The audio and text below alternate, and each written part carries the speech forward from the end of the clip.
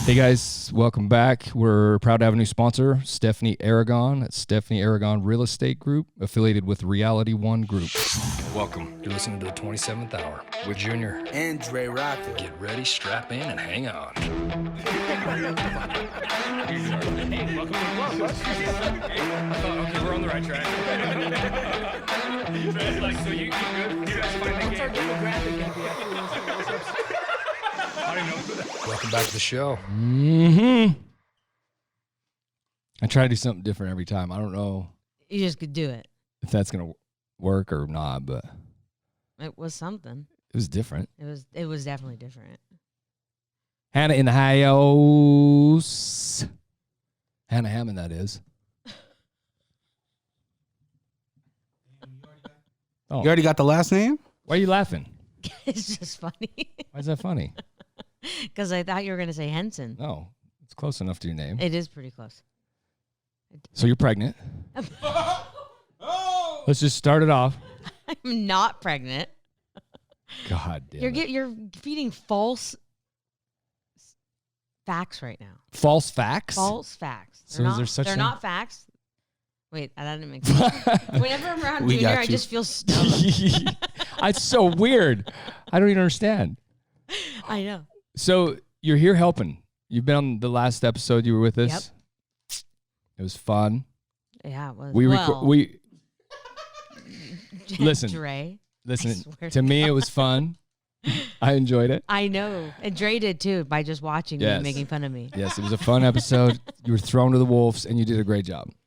Yeah. After that was fun with you guys, for sure. For sure. Now The whole we're thing was fun. now we're gonna turn. That's what I just said, and you disagree. Yeah, I totally disagree. So but just it was agree fun. with it next time, and we Alright. can not have to do that again Okay, we'll try it. and Okay. waste just that much of my life Oh, sorry. and your life, and everybody's life.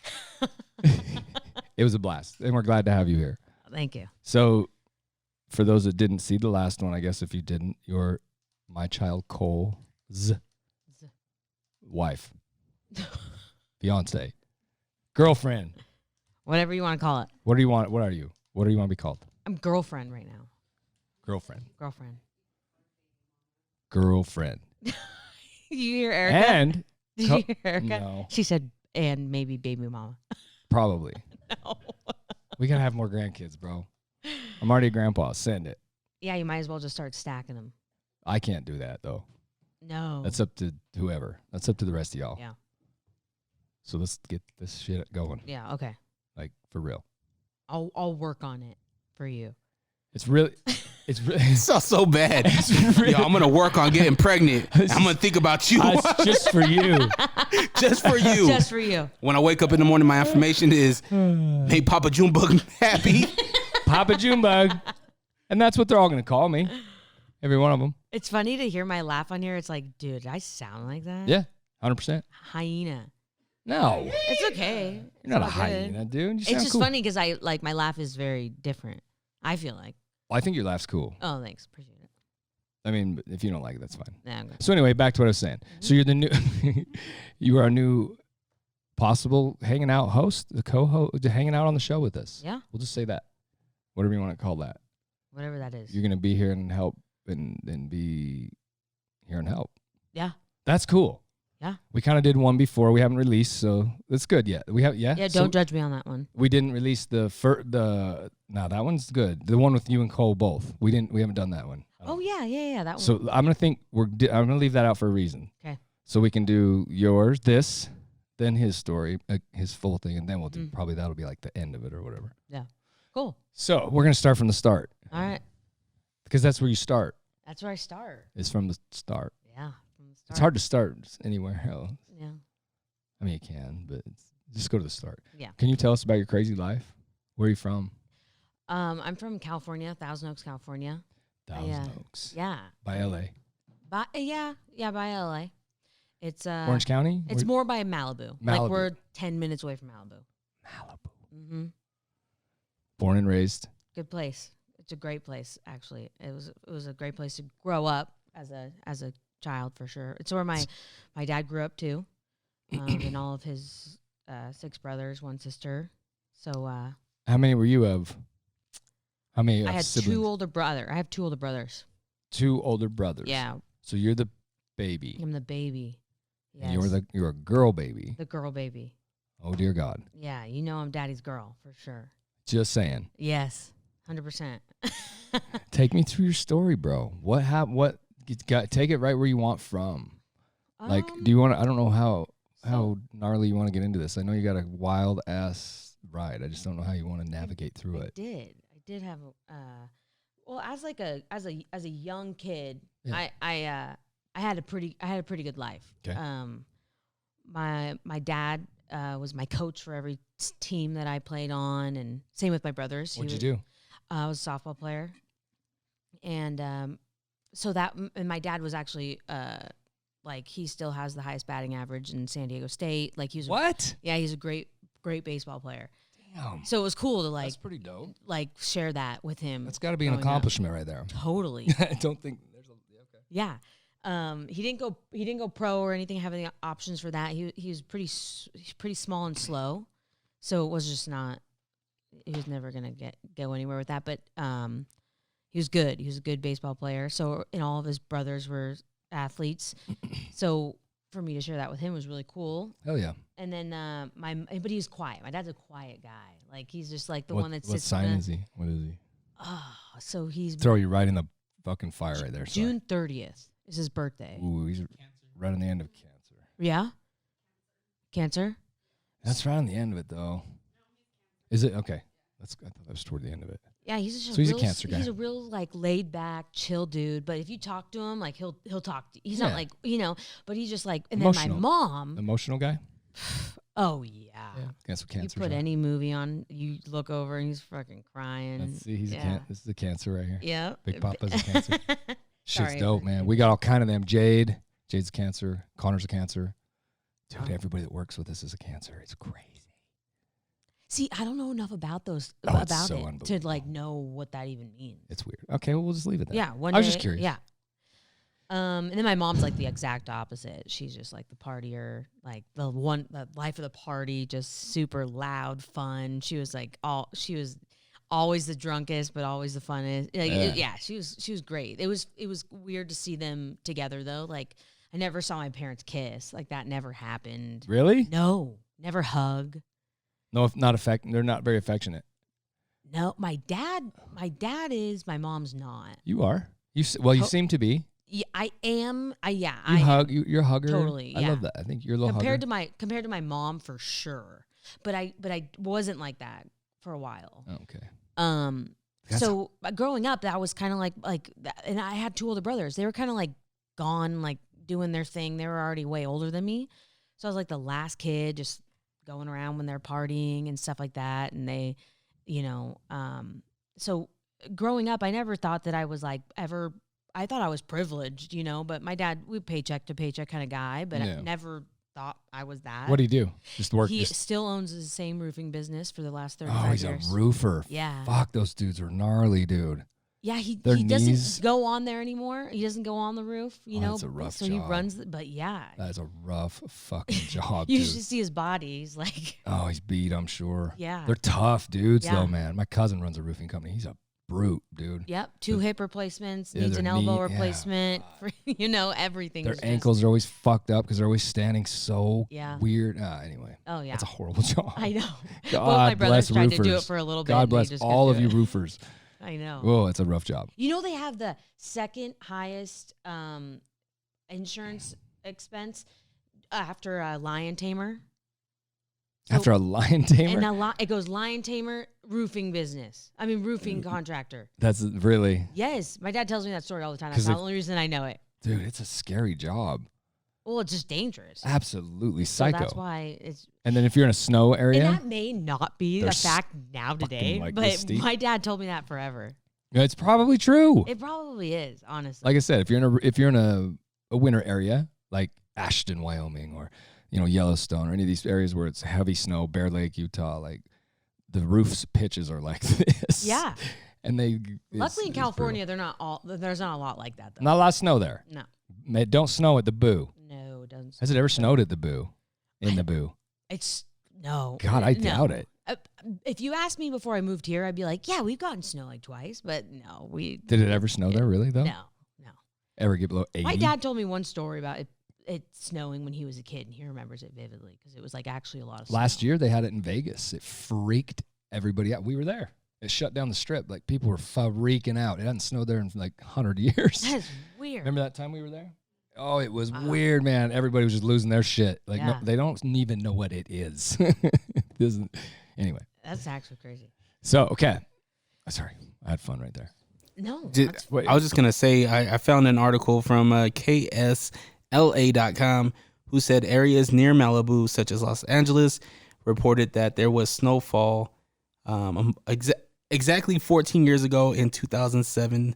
And this article came out in... And look how little in the pass, but it's in the Yeah. pass. It's right in the mountain of the canyon. It looks like. That's like driving to Malibu right there. That's not the city, like No. down by the ocean. Maybe though, I guess if it's close. Yeah, it doesn't snow there. That's why people move there. LA has the most, I believe, has the most consistent weather out of anywhere in the world. I believe it. LA Yeah. area has the most consistent weather, 72 and cloudy, like a cloudy, sunny, just beautiful, always the same. Rarely rains, rarely sunny. Like it's never 85 and 90. It's always like. Well, recently it is. It's fucking now. weird. Recently it's been. Is it getting those hot? Highs, yeah. Well, global, whatever. Whatever it is. Okay, so now what? Now what are we doing? So, yeah, your growing dad's up was a roofer. great. That's you where know? we were at. Roofer. He was a roofer. Yeah, growing up was great. And then my parents fought a lot. A lot of my childhood was that. Just them fighting a ton. But when I mean fighting, like Really? yeah. So that was hard.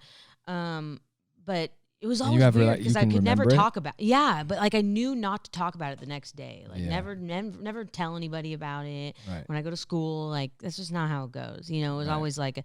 But my mom was always really drunk.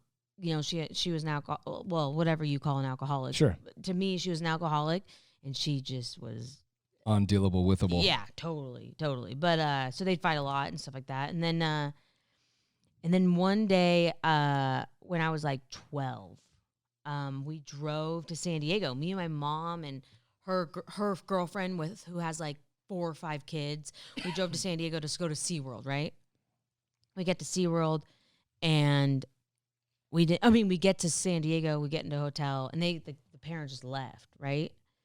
And they didn't show up until like 2 a.m. And we were supposed to go to SeaWorld.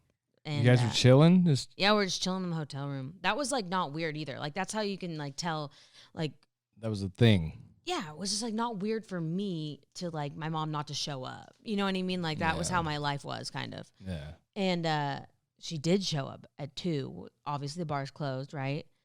And there was this guy like walking her down the hallway. And me and my mom had a room, and then the other mom with her kids had a room next to each other, and she ended up going in that room with that guy and like closing the door. So I slept in the other room with the other kids and my in that woman.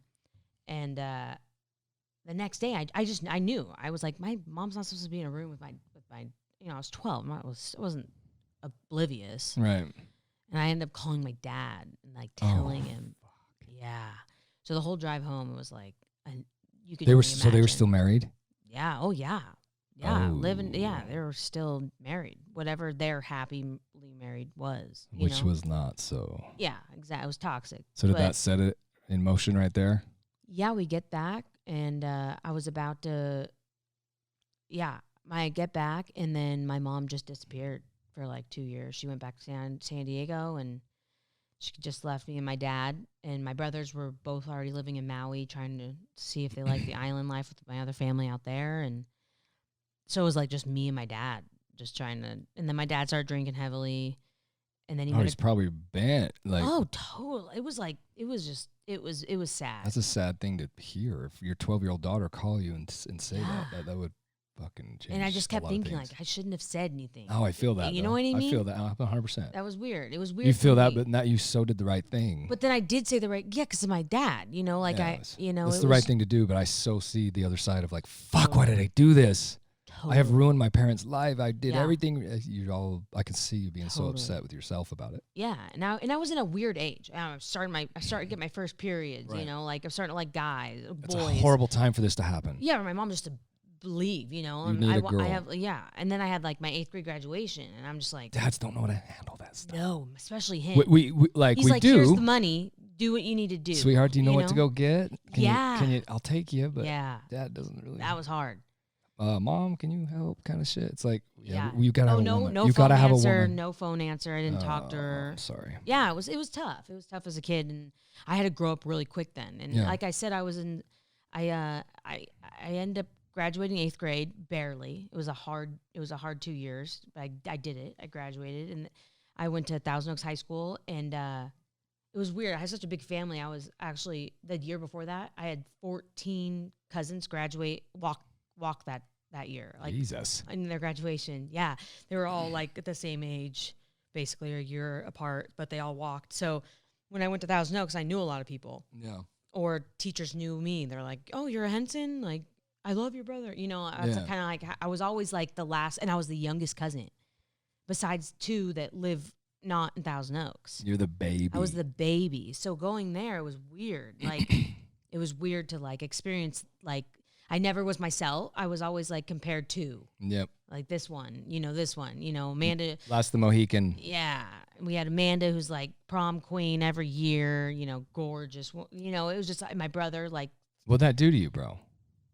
It made me turn into. You noticed it right away? Like, you could feel it? Like, hey, hello. Yeah. Oh, I knew it for sure. And I acted out I'm on special with this. I ended up being the one that was like the class clown, the loud one, and I wanted my own. I was trying to make my own identity in a sense. And that's kind of how it was my whole life, just being with so much family, right? Yeah.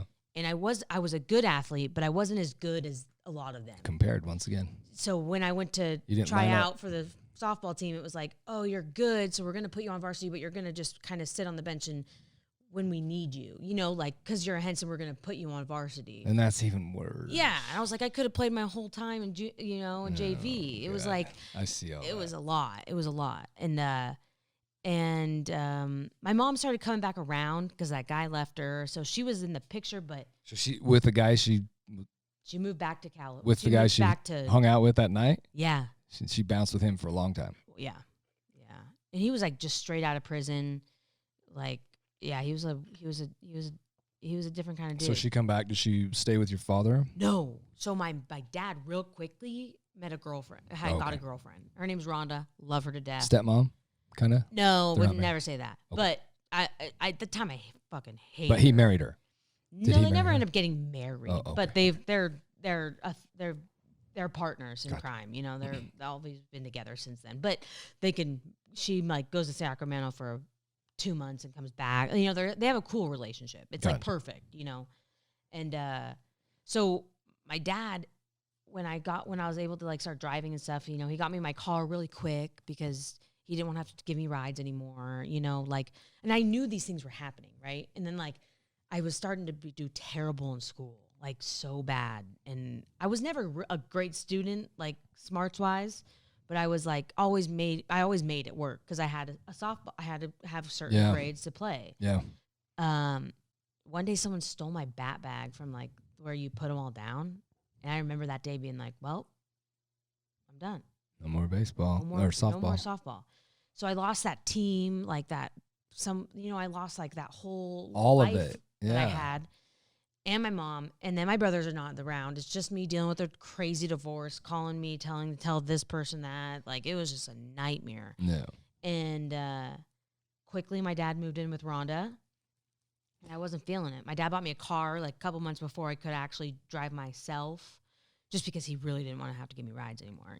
I think my dad was just done being a dad. Yeah. He did it for so many years. My oldest is 8 years older than me, and I think he just was like done. He was. I love my dad to death. Yeah.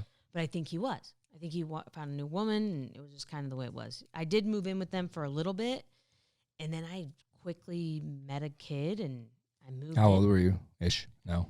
So I think you're 16 when you get a car. So you're like, you're right there. I think like when you get your license or something. Well, I was like my permit because I actually was driving on my permit. So like 15, 16, right? And I moved there really fast. And I didn't. With the other guy? He was a kid. Your dad let you leave? He's like, later. Yeah. Damn. It was weird. It was like a slow move though. Like I started like just putting all my stuff in the car one day, and then the next day, like, getting more, and then it was just like, and then I just had it in all these drawers at his house, and then I just never left. It was like, it wasn't like planned, like, hey, I'm moving in with you. You know, it just ended up happening. Yeah. And I didn't know that him and his family were known for just being gnarly, like thieves. Like his mom's been in and out of prison for like car hopping or robbing or drugs, or, you know, his brother too, like his whole family.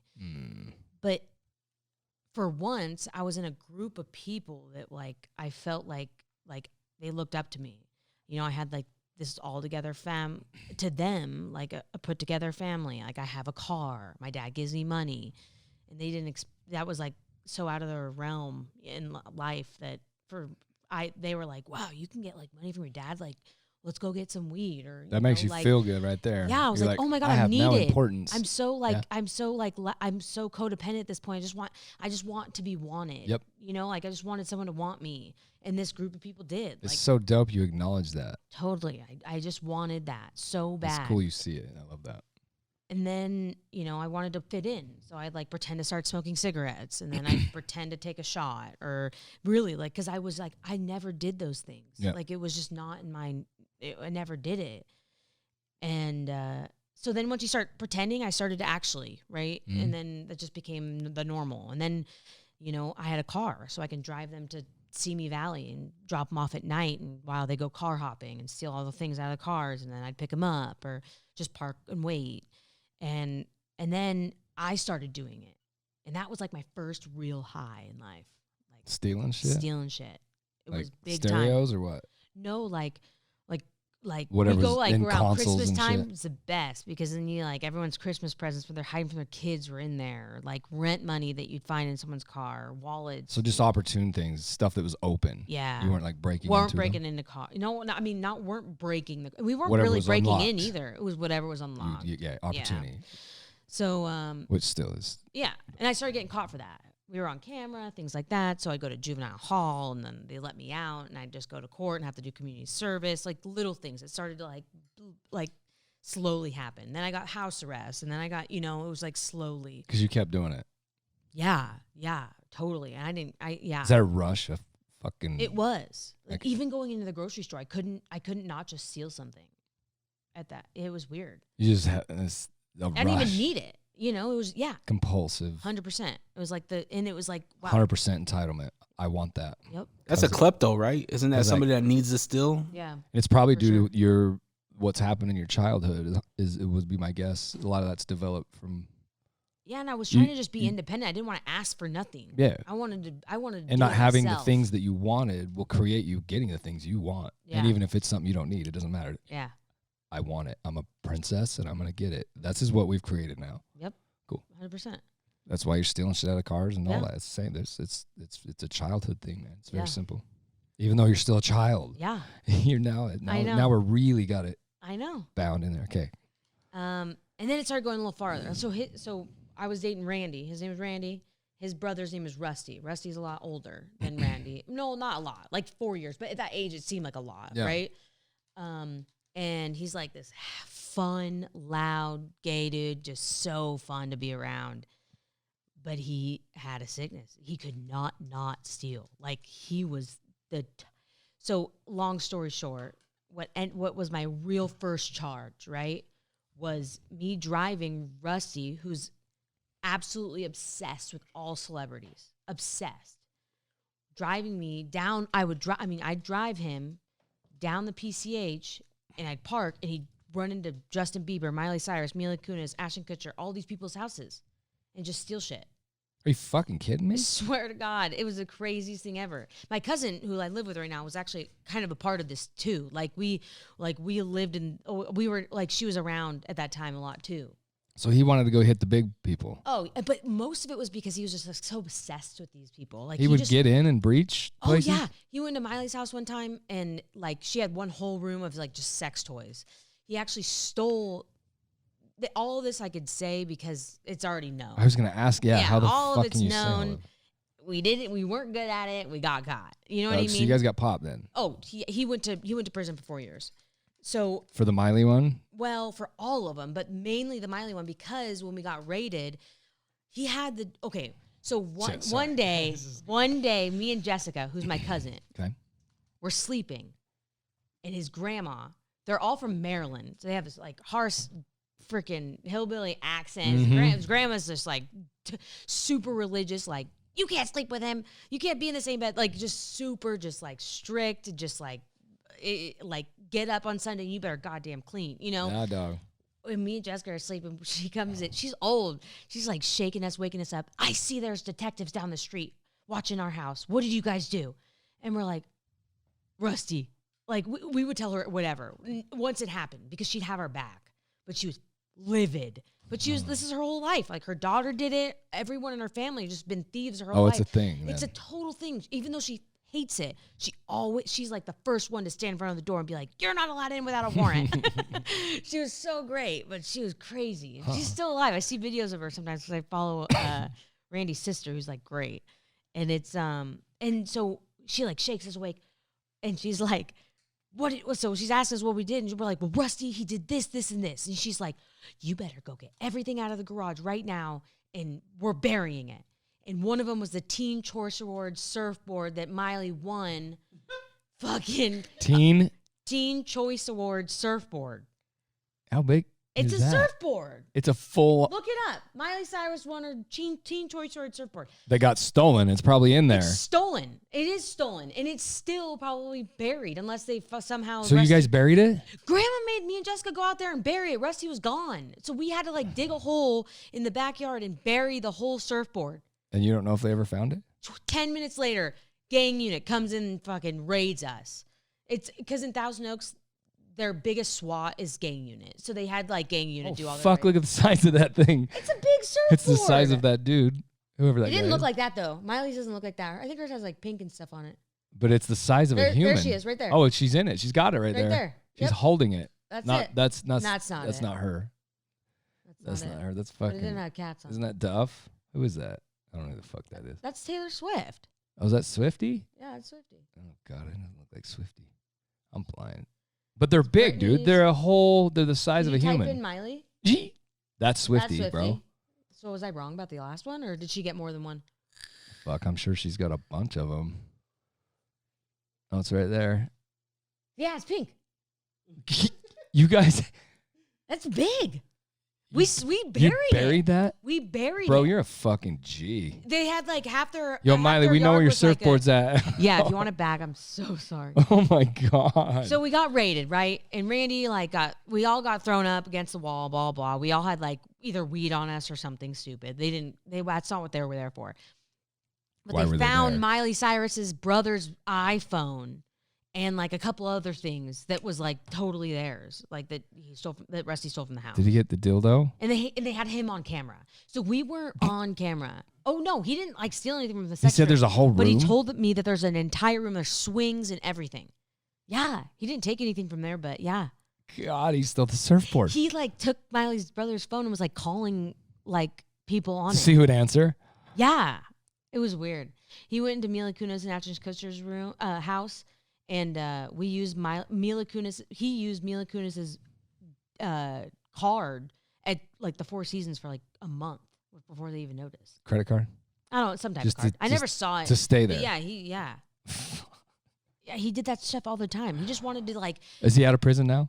No, so he ended up going to prison again for way more worse shit. Oh. Yeah, it's sad. He has 2 strikes, so he ended up getting like, but it's not, none of it's violent, so I bet he'll get out on like good time. I don't know for sure. Gotcha. Yeah, it sucks. Then so I'm starting to hang out with the wrong crowd. Clearly, but I fit in. Yeah, I it's finally found somewhere that like I didn't have you to. belong. You have identity. I was able to fake being a belong. I really didn't belong. You know what I mean? I had to fake it. Sure. I really didn't. But you had I didn't know what I was identity doing. and acceptance. You were accepted. Exactly. Yeah, okay. Exactly. Better And so I was there for a couple of years. I did go to school. I had to go to continuation school because I missed so much school. I ended up graduating from continuation school. And that was one hell of a ride. I always had cops coming in, detectives asking me questions, like, because they would just call the school and see if I'm there to question me. because they know you're still stealing shit or what? Well, they always wanted to get more on the Sellners. So that's their name, Sellner. So like Rusty Selner. Oh. Yeah, and they just wanted more. They just wanted information all the time. They were always active doing something stupid. So it was just like I was their in because I was like the weak one, but I never said anything because I just knew. Like You're I think, Italian, bro. I think the first time I did Hold in it to the juvenile grave. hall, and I realized really quick that I didn't help myself. You got to hold that shit La Costa Nostra all the way to the grave. Yeah, and then I stopped talking at all. And what was even more fucked up, so I have a lot of family, right? Mm-hmm. Of course, Robbie Brady, part of gang unit, freaking comes in, my cousin's best friend. And he would always come in and question me and Jessica. He made sure when there was a call about us, he was there. It was so fucked up. But today it's great. We talk on Facebook all the time. Sure. It's super cool. But yeah, I was fucked up to him. Yeah, but he was a cool guy. But he was hard on us. Good. And so that started happening, right? And then in school, Randy cheated on me. I'm heartbroken. And I started hanging out with his friend Cody. And like a week after seeing Cody, like I was giving him a hug and I felt something in his pocket. And I was like, "What is that?" And he like pulled it out and he was like, "It's a pookie, which is a meth pipe." And I was like, "How does that make you feel?" And he's like, "Just like Adderall, just a little stronger." And I know what Adderall felt like. I've done it, did it. You know, I was prescribed it as a kid actually for a while. And so I was like, "Okay, let me try it." And I tried it. How old were you? No, 17-ish, 18, 17? I think I'm about to be 18. Okay. I tried it, and at that time, because me and Randy broke up. Me and my cousin were living in this tiny little pool house in the back of this Filipino's house. Like it was literally this tiny little pool house. It was so cool though. Me and her just like, we loved it. It was a blast. It was like $500 in rent between us, but like Enough together. for 2 beds and one bed. It was like a studio, and then like there was no even walls around the toilet. It was just like the toilet, but we made it so cute. It was so cool. I loved it. It was like the best time of my life. Me and Rhea, and Rhea just moved out from Maui, so she wanted to try the mainland for a little bit, and it didn't work out. She's back there now, but she had fun while it lasted. And so in that pool house, that's where I tried it. Rhea was gone because Rhea wouldn't have been okay with something like that. But like I said, I wanted to fit in. Yeah. I just wanted him to like me. I needed somebody to want me and want to be around me. So that's what I did. And was it crazy, the first rip on that thing? I didn't know. I kept saying, "I don't feel it. Let me hit it again. I don't feel it. Let me hit it again." And then like the sun's fucking rising. My entire closet is color coordinated. Like there's not a goddamn speck of dust in my house. Just and I'm like, psycho. Yeah. I was like, fuck, I totally had to have felt something. And I love this because I don't remember. Like, it was just like I was out of my head. It's going. Yeah. And he was like, well, I'm exhausted. I'm going to bed. I was like, no, we got to go get more. You're out. And that's where it started. I could not stop. Meth. I literally could not stop. Meth. Yeah. How much are you smoking a day? You smoking at it? First, like, yeah. At first I was smoking. Freebasing, I guess. No, just smoking out of a pipe. Out of a pipe. Yeah. And at first it was like, gram, 2 grams, 3 grams. It started getting worse. What'd you get up to? Like I 3 don't grams know. a day? That's At least, yeah. At least. That's a fucking ton. That's a lot of meth, bro. Yeah. Wow. And when I started, I was 210 pounds. That's a big part of this. I was 210 pounds when I started. And you weigh what right now? You're killing Right me. now, I You're weigh like tiny. 140. Yeah, you're tiny. You've lost a ton of weight. But it wasn't from this. No. Long story. Anyway, Long we're story. getting there. It's just you're a different person. Yeah, totally. And so you're I was feeling like, we good. gotta go get more. Yeah, I love it. I have a car, so it was like, I was like, we gotta go. Like, we gotta go. I have some money. My dad will send me money. Like, we'll just keep getting it. And that's what happened. Me and Cody just became like, Cody was actually like a really good guy, like so good, but he was just homeless for years. Like his parents both were gone from drugs. One died. I think his dad died, and his mom was just active, and just his grandparents kind of kicked him out because he was doing the same stuff, and he was kicked out at like 15. So he was just like, kind of just so. But he was so sweet. Like he Where were you always guys made sure I living? was good. Well, at the pool house for a little bit. Oh, that pool house. Okay, that's right. But then really fast, Rhea found out. And then Rhea started telling my family. And then I had to start going away from that. I didn't want all that. I was like, I'm not stopping. I'm not stopping anything. I will lose you guys to get high. I don't need you guys around, you know? You didn't need me. I'm not going to be around. You know, that's what I was thinking. I was just, I didn't want anyone's advice. I didn't want anyone to talk to me. I wanted to do what I wanted to do. Like, finally. I'm happy. I'm and good. I was just like, I'm doing it. So quickly, my dad got a spare key made because it was in his name. Just took my car. I was like, you know what? I don't need a car. Yeah, I got feet and I got people that pick me up. I'm good. I didn't live in the pool house anymore. So we started getting hotel rooms because I had like credit cards and things like that because I was a normal. I had those things, right? And then those things started running out. I stopped having enough money for the hotels because I needed more for my drugs. And then, you know, it just slowly started getting harder, you know, just to get a hotel room. And that was a big deal. Like that was like, Yeah, you got to have somewhere to stay. yeah. But I didn't care. I still didn't care. Like I was just like, well, we'll figure it out, you know? And I met this woman. She was at the time like 42. We were actually still close friends on Facebook. I started selling for her. And she's sober today, which is so cool. Hell yeah. If you knew her, she's crazy. And I started selling for her. And then after that, I started getting more money. So I was like able to like, but then I started hanging out with like way different people than just Cody in this hotel room, smoking meth by ourselves. It started to become like I was hanging out with like either really gnarly tweakers that have been homeless for a while, or like all the way to the other end, like this freaking 65-year-old man that lives in this nice mansion in Dos Vientos and, you know, staying at his house, you know, and just like everyone hanging out. Like it was just like every day was just like weird. You never knew. Fucking weird. Yeah, it was just so bizarre. But then Cody started doing heroin. Ooh. And he started getting kind of like schizo. Like it didn't, he was already a little off before that. So it was pretty obvious that, I don't know. I think that was part of why he started getting weird. Because he was already a little off. But Did you ever try that? No. Fucking A. No. Good for you. No, I never tried it.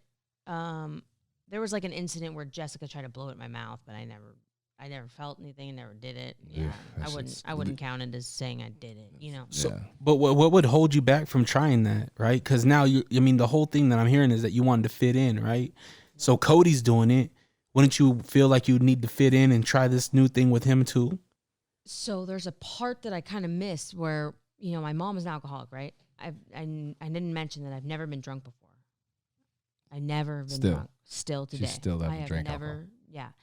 And that's because I watched my mom not have any control, no self-control. And I am a control freak, A. And B, on meth, you know what you're doing. Like, for me, I was able to know what I was doing. Everything was, but watching people do heroin, like, just like the things they did, it was like, I was like, yeah, I'm not into downers. I'm not into looking like that or like not knowing what I'm doing. Yeah, they'll nod right out. Yeah.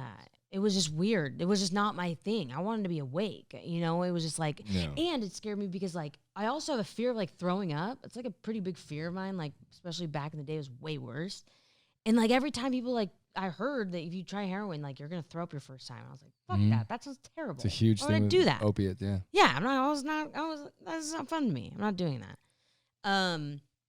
So Cody ended up getting schizo and like we're to the point where so bad, like he would pretend to have headphones in, but his phone wasn't even connected to them, or his phone was dead, or he didn't even have music on.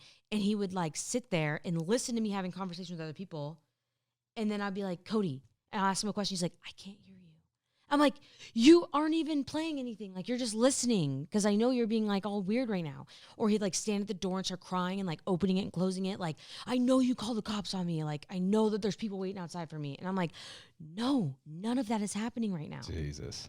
And it was just so bad. And I knew he was such a burn. It was getting to the point where he's like yelling and like in a hotel room. It's like, you don't want that. Like, so quickly he ended up getting arrested for like a possession charge. So like, and you know, I'm codependent. I need to be around somebody that needs me.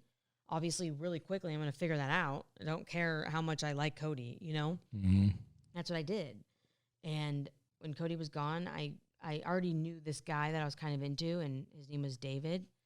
And he was from CVLS, Caneo Valley Locos. And really quickly, I had to get to know what that gang life was. I was never part of it, right?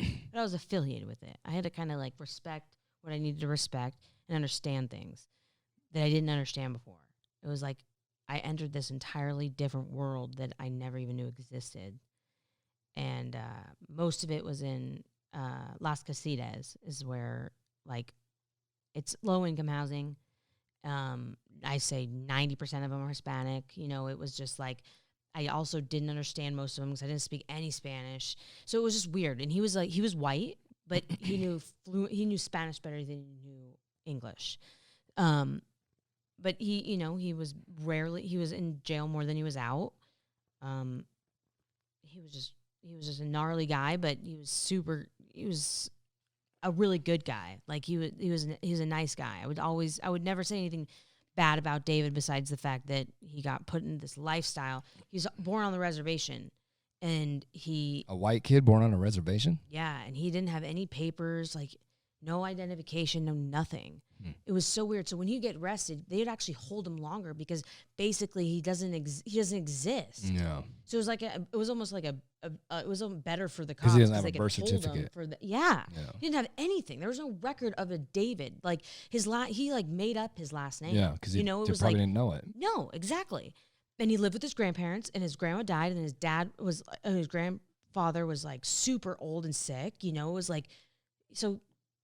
He kind of did what I did, and just like found this group of people that are willing to let him in and to him be somebody that matters, Was right? he doing meth too? Yeah. Yeah, he was more into heroin, but he wasn't, I never really noticed that he was high. Like, there was a couple times I was like, you're definitely high. But he was like, I think he just did it for so long, and he never, like, overdid it. He just did it to live, kind of, and stay awake because we didn't have somewhere to sleep. Because once I started dating him, it was more like, so he lived, when he didn't have a hotel room or a friend's house to stay at, and having another person like me around, he wasn't going to leave me, but some people don't want two people sleeping on their couch rather than one, right? So it kind of lowered the amount of places for him to stay. And he actually lived he had a tent where behind this freeway in this like ditch area, and we would stay there if we didn't have a hotel. But we didn't sleep. Like I was never asleep in there. But that's where we would like hide out for the night if it was cold or whatever the case was. Yes. Yeah, it was weird. And once my life got to that point, that's where things got really, really hard for me. I really was like, I was always processing like, oh my God, my dad's like 3 blocks away from me. I could just go sleep at my dad's house. But then I couldn't get high. And that's like literally all I cared about. And when I met David, I started IV using. So it was a little bit different. Yeah. And that was weird. That I started doing that because I always hated needles. And I hear people say that a lot. And I'm all like, I actually was watching a movie the other day, and it was like, no, I'll never try heroin because I'm afraid of needles. And it was like, dude, yes, you will. If you're around it enough, I feel like you will. Now you're banging meth, though. Yeah. It was. Right. So I know that, like, you can only, eventually smoking it becomes like weed where it's you can't feel it as much. So you get a tolerance. Then you bang it and you're like, holy fucking A. Way different game. Here we are. Way different game.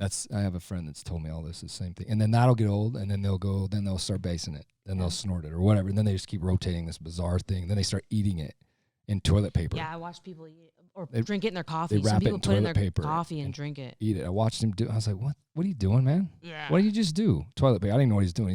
He put meth in his toilet paper, rolled up.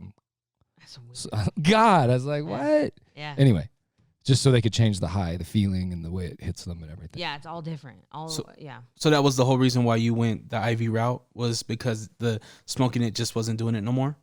Yeah, and like David was like always saying like, you're wasting it. It's way more intense. You're wasting it. Like if you just shot it up, you would have more for a longer amount of time. It's way more intense. And then, like I said before, I was telling you about I started selling for Thera, and that like, she would give me so much, okay, first off, I'm a young kid. I don't know what the fuck I'm doing. You know, you walking the streets using meth. I don't know how to figure out how much money I still have and who I have to give it to and if I have enough to sell. You know, I was just like way out of my game.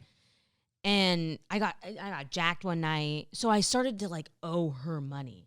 But she loved me so much, and she was so good to me, and she was just like, I'll give you some more and just try to like just sell all this, smoke a little bit, and pay me back. Yeah, get back on top. And then it just happened again. I'm just like, where did all my shit go and where did all my money go? You're smoking all of it. Or David, or like his friends were stealing it. If I fell asleep for just 20 minutes, you know, it was just like, you always had to be behind, like watching your back. And it was just like, and I wasn't that way. I never lived that way. I didn't understand it. But then I had to start because those kind of things were happening to me. And so then I decided, so I owed her money, right?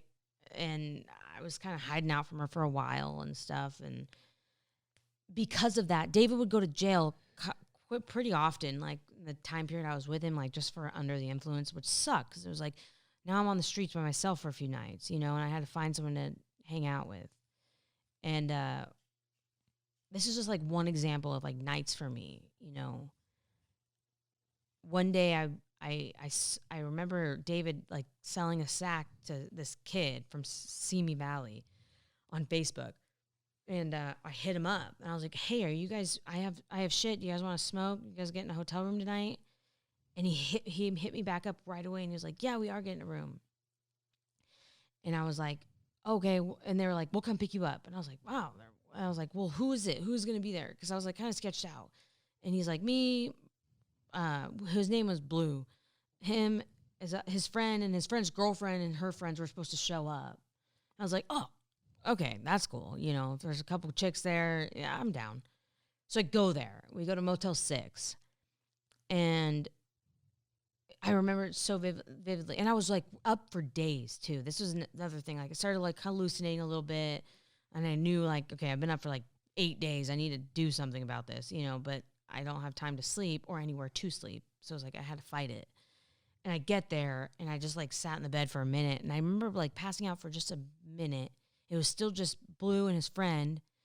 And I woke up and there was 2 more dudes and no chicks. And I was like, oh, when's everyone else going to come? And then they locked me in the room for like 3 days. And then you can only imagine like what happened, right? And those were kind of like what my nights were right there. Okay. And David ended up getting out. Luckily, like they were abusing you, kind of thing. Yeah. Yeah, it was great. Yeah. Great. I'm so sorry. No, it's part of what happened, and I, you know, just being in the recovery life and sharing my like 3 days story of that. 3 days of this. Yeah, it was a little bit more than 3 days because David got out, and then, luckily he saw.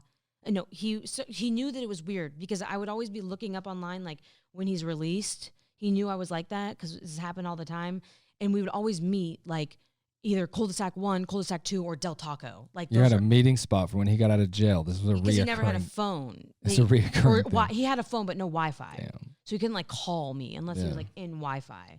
So it was just like constant. Like we just had a routine. Yeah. If he was in, I would know. Then he would take the Greyhound, and he'd be there a couple hours after, right?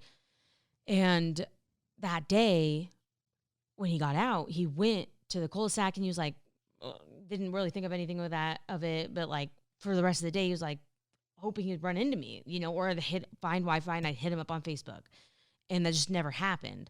So he started asking around, like, "Where's Hannah? I know something's up. Like, I know she's not in jail. I looked her up. You know, something's up. Like, where is she at?" And he ran into this girl Jessica, and he asked her like if has she seen me, and she happened to be at the Motel 6 in the parking lot and saw me going into the room with them, and she thought it was weird because she knows them from Simi Valley. She's like, why is she hanging out with people from Simi Valley?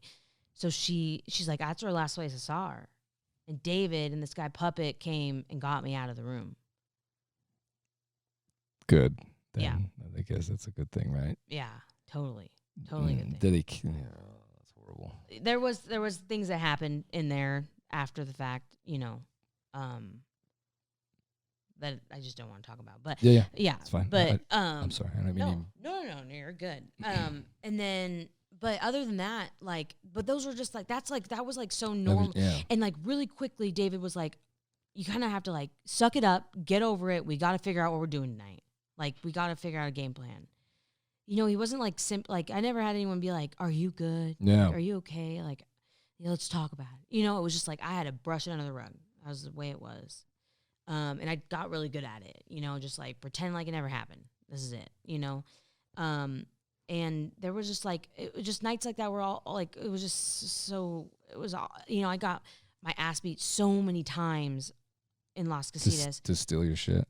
No, or just because I was dating David and they just hated me. And I was just like this stupid white girl around Las Casitas. And, you know, I went to high school with them and they knew how I was then. And I don't know. They just didn't like me. And I wasn't a really likable person. You know, I was a terrible friend. I was a terrible everything at that point. You know, I was, you know, I'd steal your sack and help you look for it. You know, I didn't give a shit about anybody. I just cared about getting high. And so after that, you know, you think I would like stop, you know, like after those nights of just terrible nights and just always being like that. And it just didn't. I didn't care. Like, I just wanted to get high. You still were getting attention and... Yeah, and there was, like, days where my dad, like, would come and look for me. Because I was only, like, 3 blocks away. So his, like, friends would see me, like, on the street, like, walking down somewhere, like, getting somewhere. Because I was always on foot, you know? So he would, like, walk. I mean, his friends would see me or someone would see me and call him and be like, hey, I saw Hannah. And one day, like, Cody got out. I wasn't with Cody anymore, right? I'm with David. But Cody got out, and my dad ran into him at Ralph's and was like, where's Hannah? I haven't seen her in, like, over a year. Like, where is she at? He's like, oh, she's staying in this tent. Like, I can bring you there right now. Like, he's all high. Like, oh, I'll bring you there right now, Kenny. And he did. He would bring him, and then, like, I remember, like, one day going back there and then be like, dude, your dad was here. And I was like, what? What do you mean my dad was here?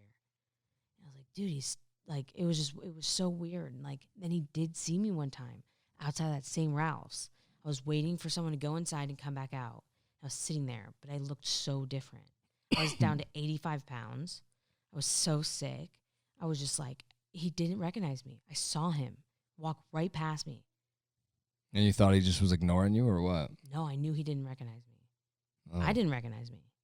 I just knew it. You didn't say anything to him? No, but he went kind of crazy during that time. He would like get off work and come and look for me a lot. Yeah. I was like, that was pretty common for him to like get off work and just look for me. And one time I did go home.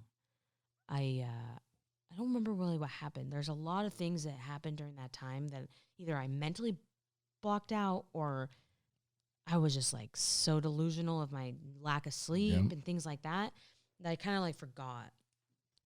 But one time I ended up going home and I like walked in the door. My dad just started crying and they were all like together, like making dinner. My brother was there. Everyone just, you know, music's on. Just how my family is. It was really happy and fun and great, right? Yeah. And I walked in and I remember him looking at me and say, you look sick. Let's go to rehab. Just like crying, begging me. And I was like, okay, I just need to take a shower and then we'll go. And I remember getting in the shower. Well, I didn't turn the water on yet, and I was in the bathroom upstairs, and I can hear him talking on the phone. He's like, she's ready. Like, let's go. Like, I'll just put her in the car. Can I meet you at the place? And it was on the weekend, and he was already talking to, like, this rehab center. I was like, please just, like, meet us there. She's not going to go if she doesn't go right now. I know she won't. She's not going to stay here overnight.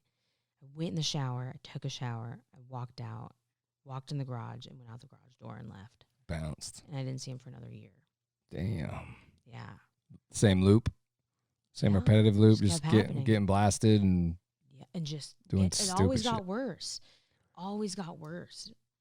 During that time, you know, when you said that your dad went to the tent and the people that you were staying with in the tent were like, yo, your dad just got here. Were there ever any times when you're just there with the people that you're hanging out with, are there any times where you guys are like, man, I'm done with this life? Like, Always. Let's go to rehab. Let's go do something with our life. You know, the number one person that was like that was David, who didn't have identification, who didn't have the things that are required for a rehab center. Like, he didn't even have an ID. He was like the number one that was like, all I want to do is get sober.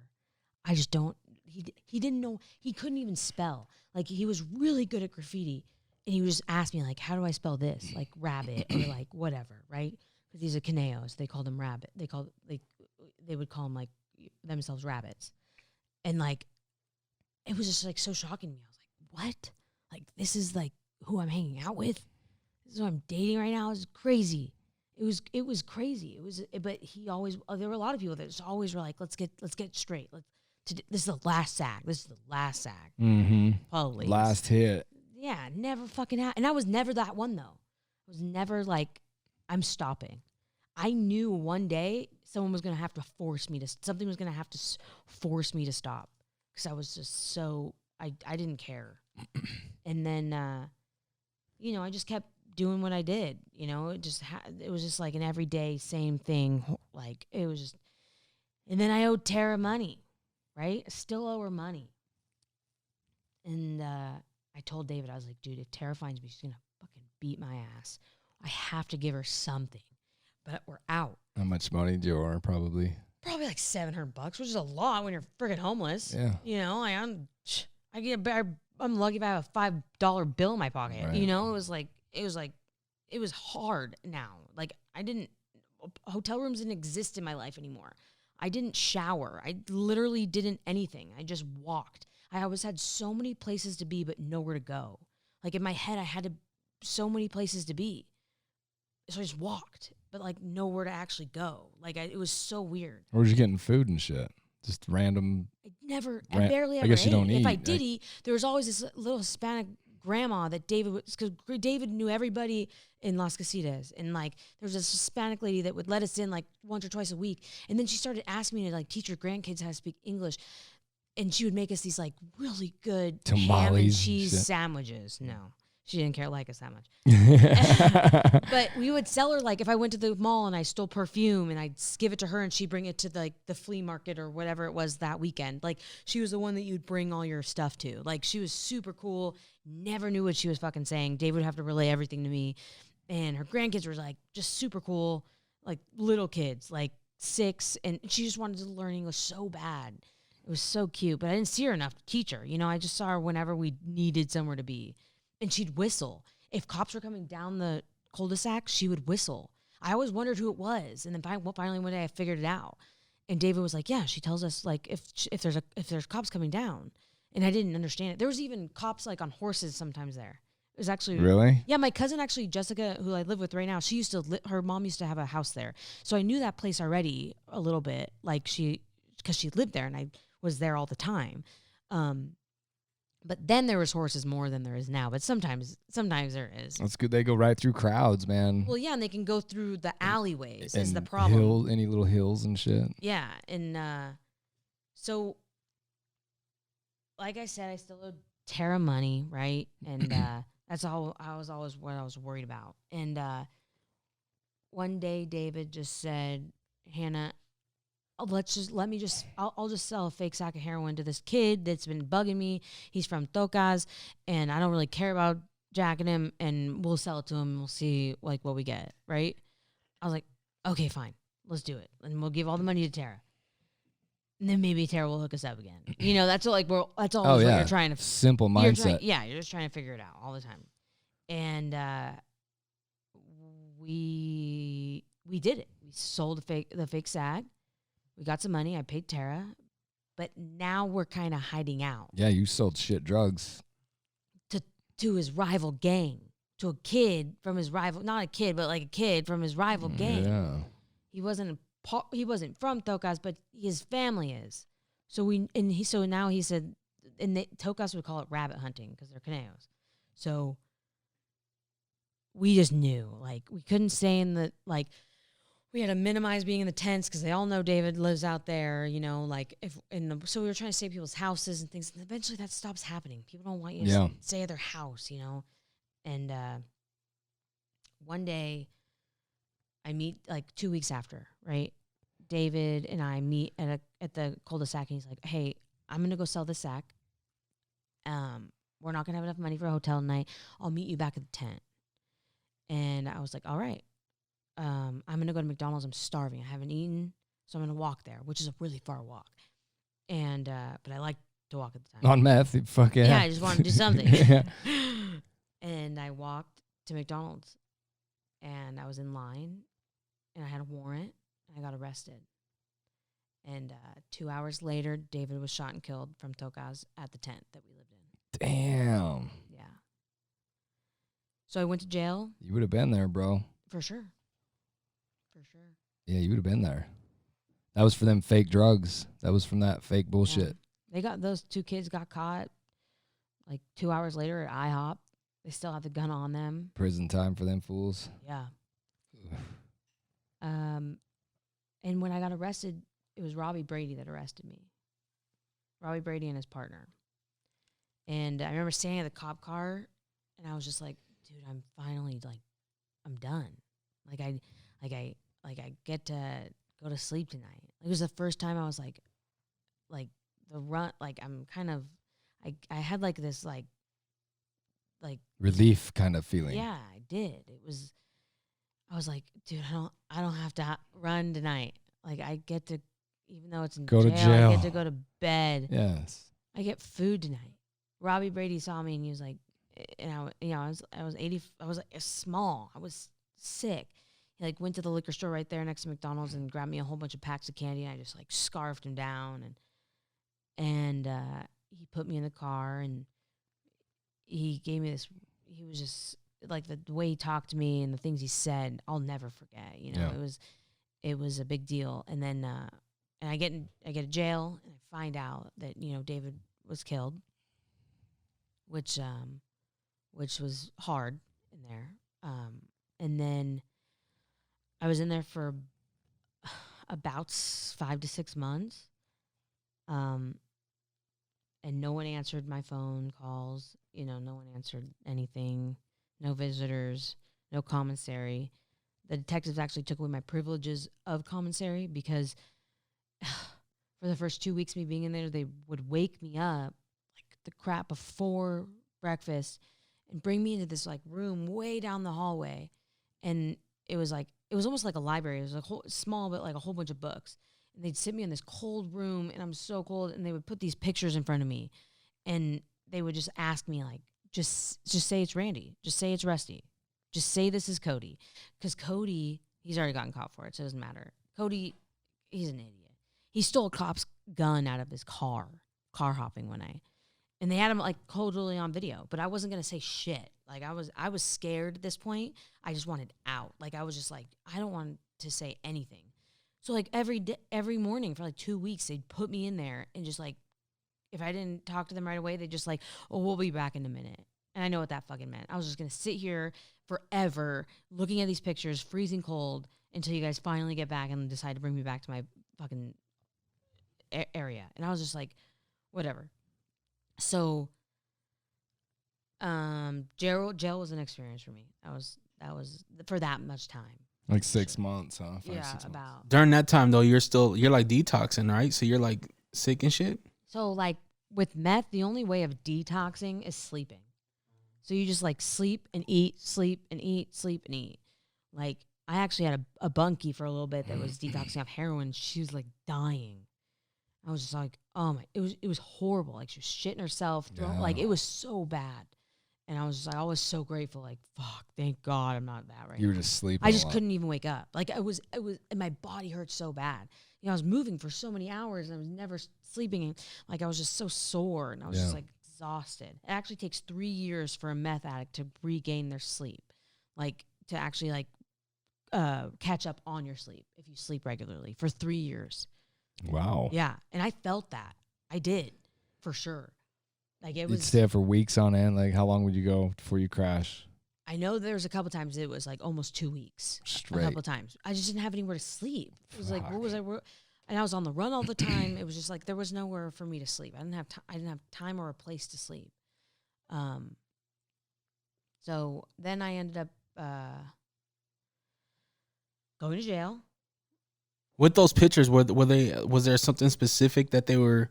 You said that he stole the gun, but was there anything other than just stealing the gun? Oh yeah, like Tons of different. a couple other people. There's a couple other people. Actually, there was like 2 that I really didn't know. Like I really had no idea. But there was like 2 that were like so clearly Randy, his shadow. Because he actually, when me and Randy were dating, he got attacked by a mastiff, and like it broke his nose, like, and it like he had to get like tons of stitches in his face, and So I could just identify the outline of his face. So they had pictures perfectly. of these people, like Yeah. you know who this is. Oh yeah, and then there was like one with his tattoo showing. It was just like they just wanted solid evidence. They had plenty of evidence. They just wanted solid evidence, and they just wanted. It would have been easier for them if I just said, Yeah, it's this done. is yeah, exactly. And I just never did it. And like the reason why Rusty's in prison right now, like some of those things had to do with that, right? And I just never said a thing. You know, there was no way I would never do that. But he's still, I think he has like 8 more years right now, which is so terrible. But some people are like that. But he's like, so that's his life. He only knows how to be in jail. Yeah, That's all he knows. and that's comfortable to these people. It really is. They get out and they're scared. They're like, "Fucking, what am I doing? Yes. I don't know how to take care of myself. There's a word for that. Like he's, I don't even know what it is. Institutionalized. Yeah, He's yeah. totally institutionalized. Like he literally does not know how to live You outside now of jail. rely on that. Yeah. No. Like it doesn't know anything about his whole life has been in there. Yeah. So I go to jail, I do my time. It wasn't bad. Jail for me wasn't bad. It sucked. I missed the sun, you know, but it wasn't terrible. I didn't get commissary because the detectives, they took away my privileges because I never said anything. So even if someone put money on my books, I couldn't get anything. And but yeah, it was So an that's- experience. is But that I where you- knew when I was in there, I was like, I have no one else to go out to. David's gone. Yeah. I don't have anywhere to go. Like I need to get straight. It's time. So like 2 days before I got out, because I kind of knew when I was going to get out. You do the math, you figure out your good time, which I never got in trouble or anything in there. So I knew when I was going to get out. You just basically, no one tells you. Like no officer's coming up to you being like, hey, you're out on the 21st. Yeah. You know, like this doesn't happen. You're kind of just figuring it out on your own. Like you do get court papers stating like the length of time that you have to serve, but you have to do the math and then plus minus your good time and whatever, right? So I kind of had an idea and I was spot on with the day. And 2 days before that, my dad answered. I tried to call him like every day, a couple times a day, and he answered. And I was like, Dad, I'm getting out in the next couple days. I need to go to rehab. And he didn't believe me, which why would you? You know, I said it a million times. And he said, all right, well, if you really want to go, then I'll have your brother wait for you outside the jail. So I got out and my brother was nowhere to be found. I was like, what am I doing? I didn't have any phone. I didn't have anything.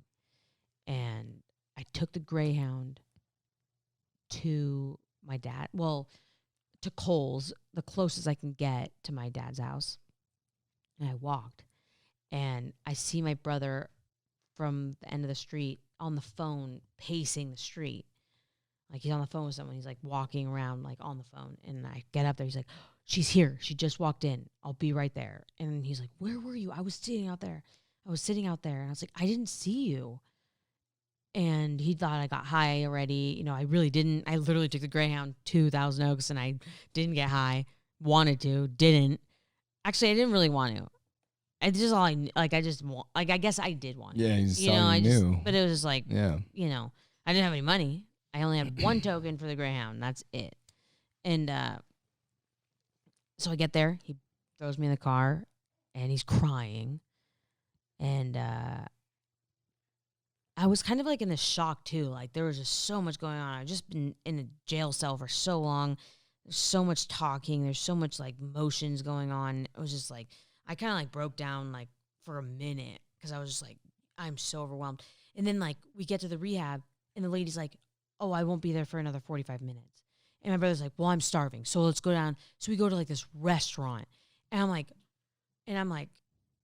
and I started like crying in there. I was like, Sean, I gotta get out of here. This is Yeah. giving me I have to get out of here, dude.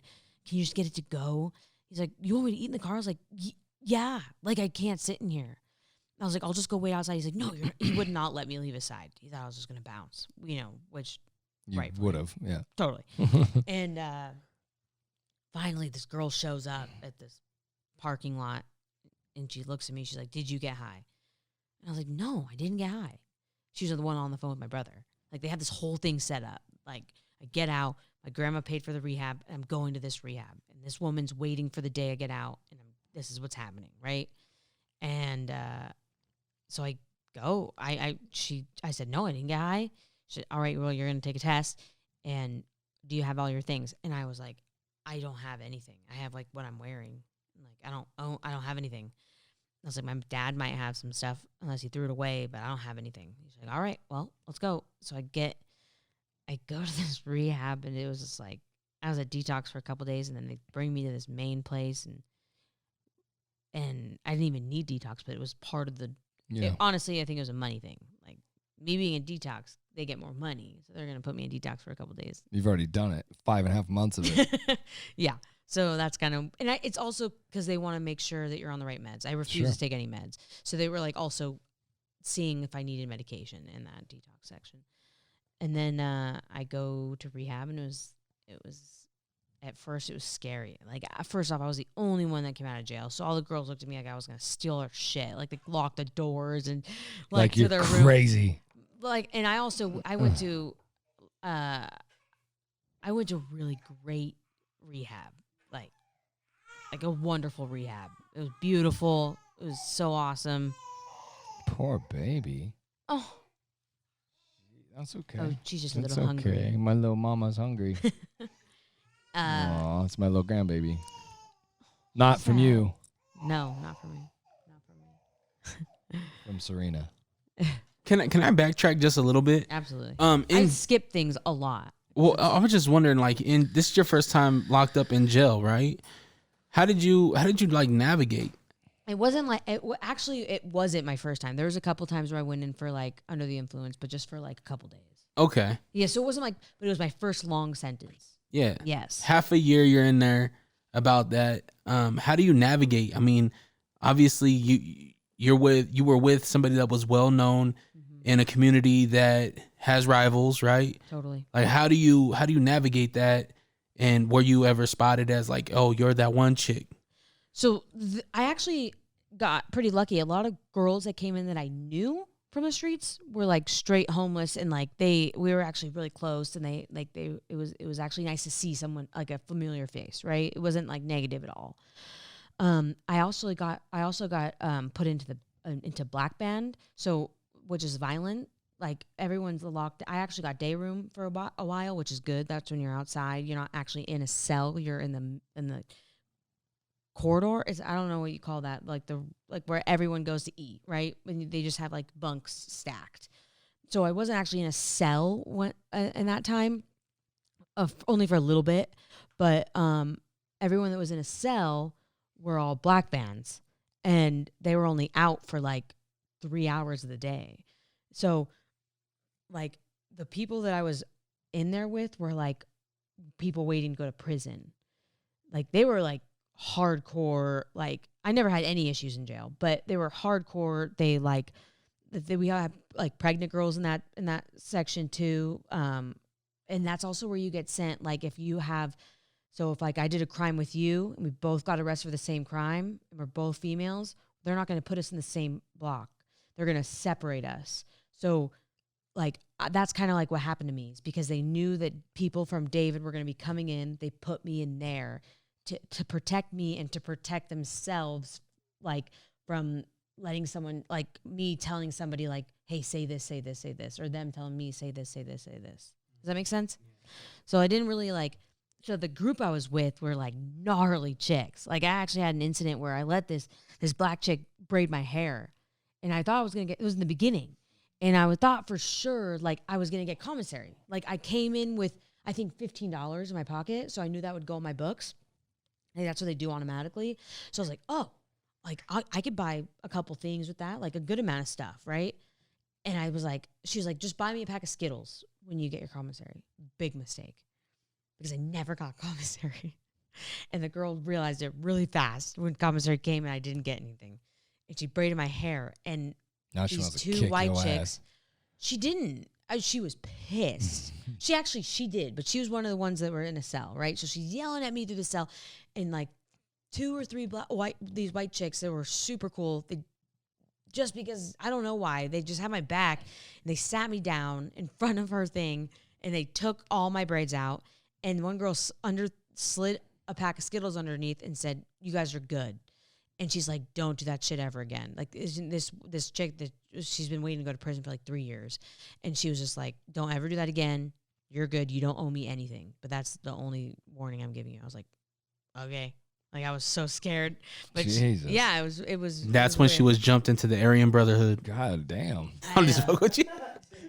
But she did ask me like a couple of days later. Jesus. She's like, Do you have anyone coming in? Can you have them bring in extensions, like hair extensions?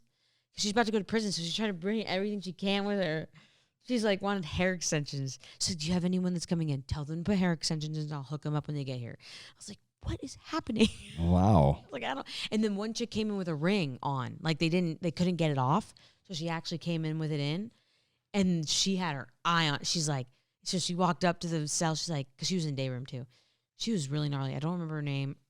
She was this blonde chick. She was super cute, but she's gnarly, like super gnarly. And she like walked up to the cell. And she's like, "How much? I'll give you blah blah blah of amount of food. That's all they have to trade in there.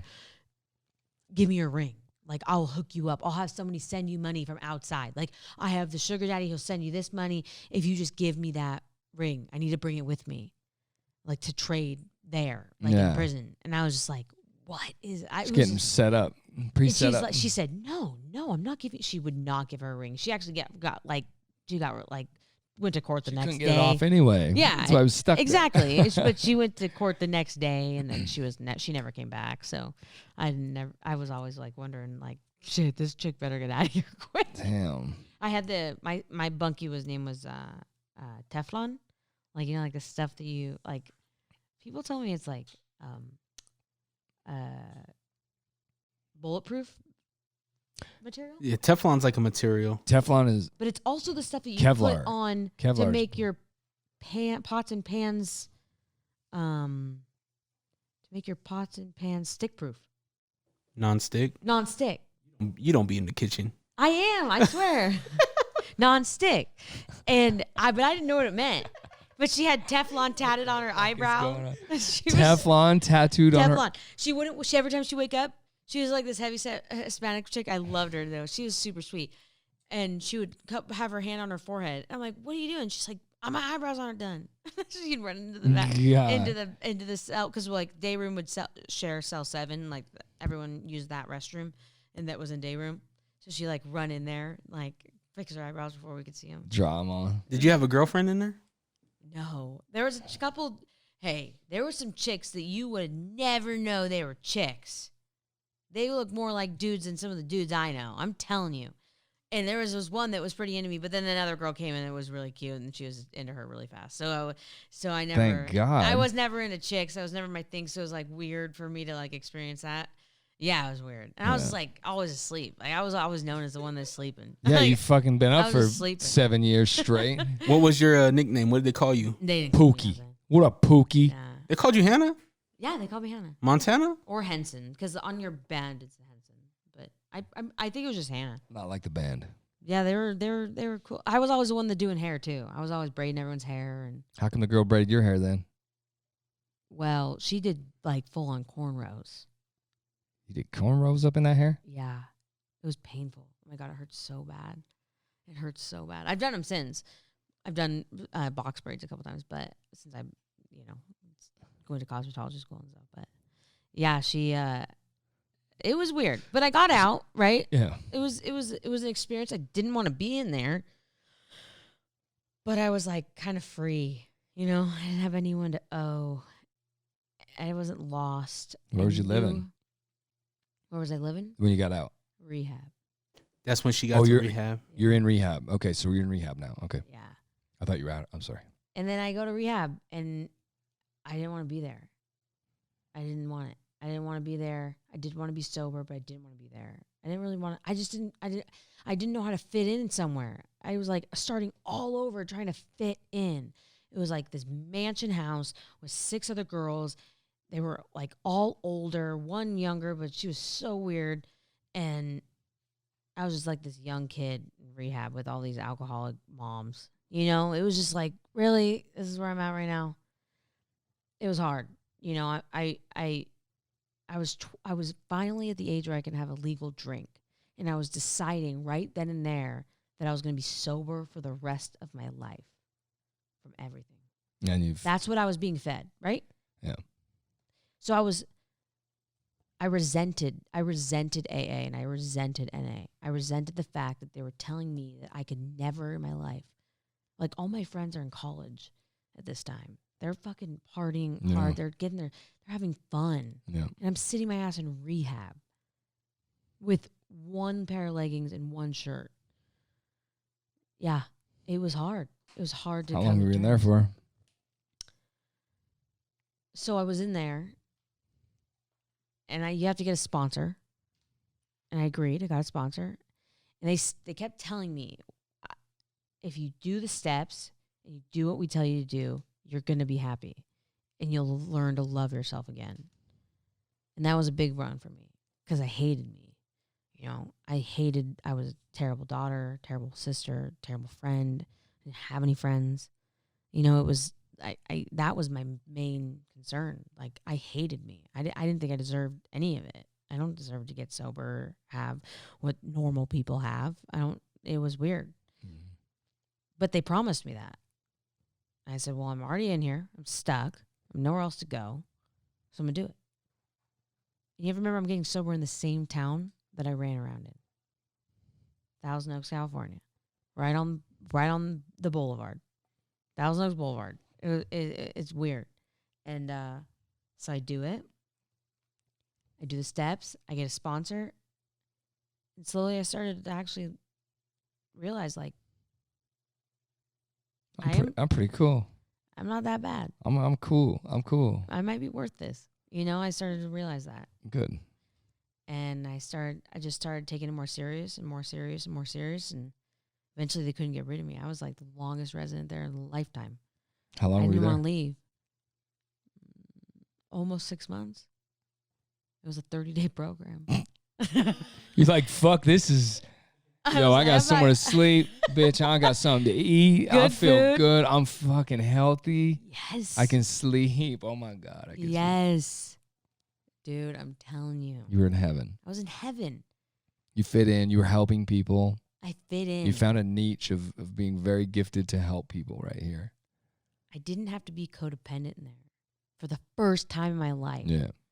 You know, like, I didn't need somebody to need me. I went to bed by myself. You know, like, I fell asleep by myself. There was no one next to me. You know, I didn't experience that since I was like literally like 15. Yeah. You know, I was just like, it was even before that. I lived with my cousins. You know, I was up with that. You know, it was just like, I was me. I was figuring out who I am for the first time. I was like, you know, it was scary and interesting and fun, and it was a lot.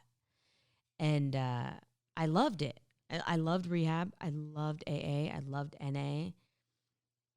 And what's NA? NA is Narcotics Anonymous.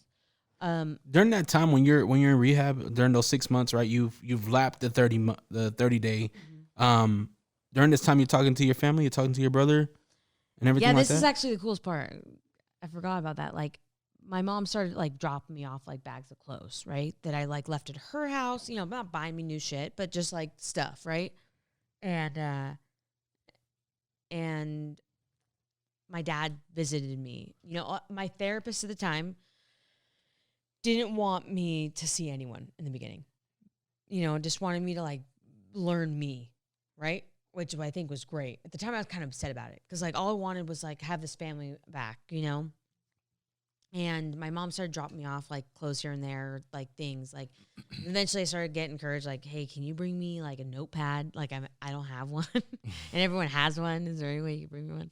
And they've already given me 2, like, and I've used them. Like, I don't want to keep asking. Writing? Yeah, with your 12 steps. That's when she started her rap career.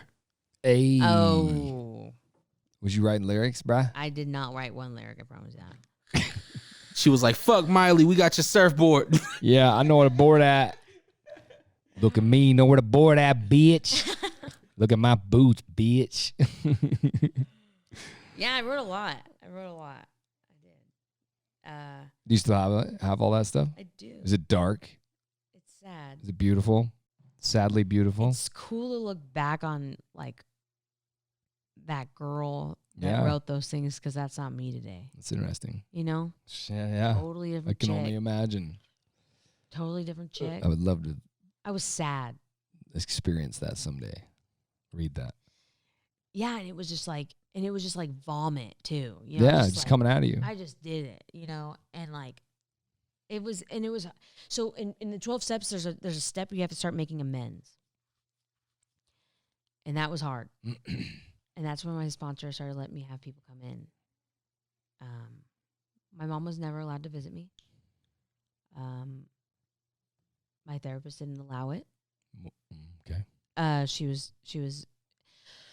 She wasn't open to meeting me with a therapist, because my mom never believes in therapists or therapy or anything like that, which is totally fine. Mm-hmm. But my therapist was afraid of where she would bring me back to without knowing it. Yeah. Right. And I had a lot of things going on. You know, I had my longest letter was to David, and I wrote a letter to David, and I burnt it with my therapist. That was the first experience I felt of like spirituality. And then I just started to be able to meet with my brother, Sean, who I'm very close with. Well, yeah, I'm pretty close to him. And he, to visit me, had to stop drinking, smoking weed, everything. And he did, just so he can have one therapy session with me a week. Yeah, that's awesome. Yeah. And my dad would not stop, but they thought it was important for him to have sessions with me. So he did, and those were the hardest. You know, my dad took a long time to, like, he didn't understand. He just cried a lot. You know, it was just too much for him. He didn't understand it. He was always like, how could this happen to her? Like, she was normal, you know, normal. It like just didn't How does it make you sense to feel him. when he's crying? I'm curious. Are you confused about this? Yeah. This seems confusing to me. I go right where you are, and I try to go there, and I think that would be really confusing to see, like, yo, man, this isn't about you. But to him it was. I'm sure. You know, I'm so being it very was honest like, and open about all that. Totally. I just wonder if that bothered you to be like, hey, were you confused why he was upset and crying, or? I just felt so much guilt. Like I felt so much guilt, but at the same time it was like, how do we get past this? Yeah. How do we get past this? Are you ever, even if you talk to my dad about it today, it's like he just cries. You know, we have a great relationship. No. It's like today is just so different. But then it was really hard to like try to do like any type of relationship building with him, because it was just a lot of him sitting with himself and not processing like where I was at, right? And it didn't make sense to him. And nothing made sense to him, which is okay. You know, he grew up with a group of people that never did hard drugs. So to him, it was like, how did my 16-year-old kid start doing hard drugs, right? I get it. And I was this little girl, you know? Mm-hmm. You know? So it was, I get it. And then, so then we went, we started like I would be able to have sessions with Sean, which was super cool. I was actually allowed to go my first outing with him, which wasn't until 4 months in, because I was too scared to go out anywhere. What'd you do? Because it was my bubble. That was my safety. Oh, yeah. That was my safety spot. Oh, yeah. I didn't want to go nowhere. I was fine there. What'd you guys do? Your first time you went out, It what'd was you do? Christmas Eve, and I went to my Nana's house. She actually, my Nana passed away during the time of me using. Me and Jessica were using together, and that was really hard. We went to the funeral high together, and we left early because we wanted to get high. and my Nana raised us 100%. 100%. I slept at that house more than I slept in my own house. So that was hard. It was hard because she knew. She died of cancer. It was tough. And Jessica had a really hard time with that, especially because she really Jessica's dad died of alcoholism at 42. And her mom was an addict her whole life. So she wasn't around. And then her stepmom moved to San Francisco. So it was like, Nana's got to take care of Jessica. So it was her. And then Jessica had a kid at 15. And me, Jessica, and my Nana raised that kid. You know, it was, but until she was taken. But, yeah, it was quite the ride. So you got you're cleaned up. You're good. Uh-oh. You stick. I did. Yeah. I did. I never used again. Sense. So you're still good. I don't even I have a hard time taking melatonin. Like, no joke. Like, it's weird. Like, Are you terrified of relapse? Is this what I'm not terrified of a relapse. I know I'll never. Yeah. Well. You're just strict with it. You're just like, yo, I'm good. Yeah. My body's today now like a temple. Like, I refuse to allow something like that to enter my body. Good. Yeah. And everybody important to me is that, like, I got out of rehab, that our friends from out of rehab, or, you know, like my mom. So sobriety didn't just give me, it gave me my mom. My mom got sober too. Really? Yeah. So we connected on that level together, and that was pretty cool. And my older brother, Ryan, he's sober today too. So it was like it brought me and my family together, even though we all are still separated in this weird way. But I'm the one on the chain that, like, keeps everyone, like, in contact. Like, besides my oldest brother, Ryan, that's a totally different topic. But you know, I'm really close with everybody. Yeah. Cousins, uncles, you know, aunts, all of them. And it wasn't that way for a very long time. Was all this in Cali then? Yeah. How did you? And then I Miss Codependent Hannah met a boy, but I wasn't. It was actually great. He was great. I met him in California. He's from Salt Lake. He wanted to move back for a job opportunity kind of thing. So, and I was like, I don't want to stay here. Like, this is the worst place to me. You know, I want a fresh start. So I did it. I moved here. We moved in together and I started going to cosmetology school really quick because I didn't have any friends. And I met a ton of friends there. And then, you know, I just kept building my life from there. You know, I didn't even have a credit card. You know, I didn't have anything. So, like, I just started fresh. Like, I just started building everything I have today, which is more than I ever thought I would, you know, looking back. And he was like the perfect person to be with in the beginning of my sobriety, right? He was super sober, super into AA, super into NA, like, just, you know, super positive, super everything. We just grew apart. It was just like, you know, we didn't work out anymore. And I was growing in a different direction. He was kind of stagnant and just didn't work out. Yeah. You know, we broke up, and in everyone, I think a lot of people thought, like, me being with him was like how I stayed so sober, except for the close people to me, you know. And but it was nice to, like, get out of that and still be me, you know. It's like, I don't need someone to tell me or to guide me through life in the right direction. Yeah. You know? Yeah. So When did you start? So from there, did you start? How long after that till you worked into the facility you met Cole at? Oh, so pretty quick. So I worked for like about 2 years. Pretty quickly I started working at that rehab just because I wanted to, like. So you get be a job at a attached. rehab in Utah. Yeah, Because I got a you- job at a rehab in Utah. You side with it. This is your life. Totally, yeah. You love connecting with these people. Yeah, and I loved it. You side with it. You're very, very powerful there. Yeah. Yeah, I loved it. I love to share my story. I love to hear people's stories, and I love to see why I'm sober today. Like, these these people are reminding me every day this is why I'm not doing that anymore, Yeah. right? I loved that job. But being an addict and working in recovery is not something you could do for the rest of your life. You got to move on. You know, you really do. Like, it's just too much. You're Like, kind of there. it's your whole Yeah. life, you know? It's like you sleep.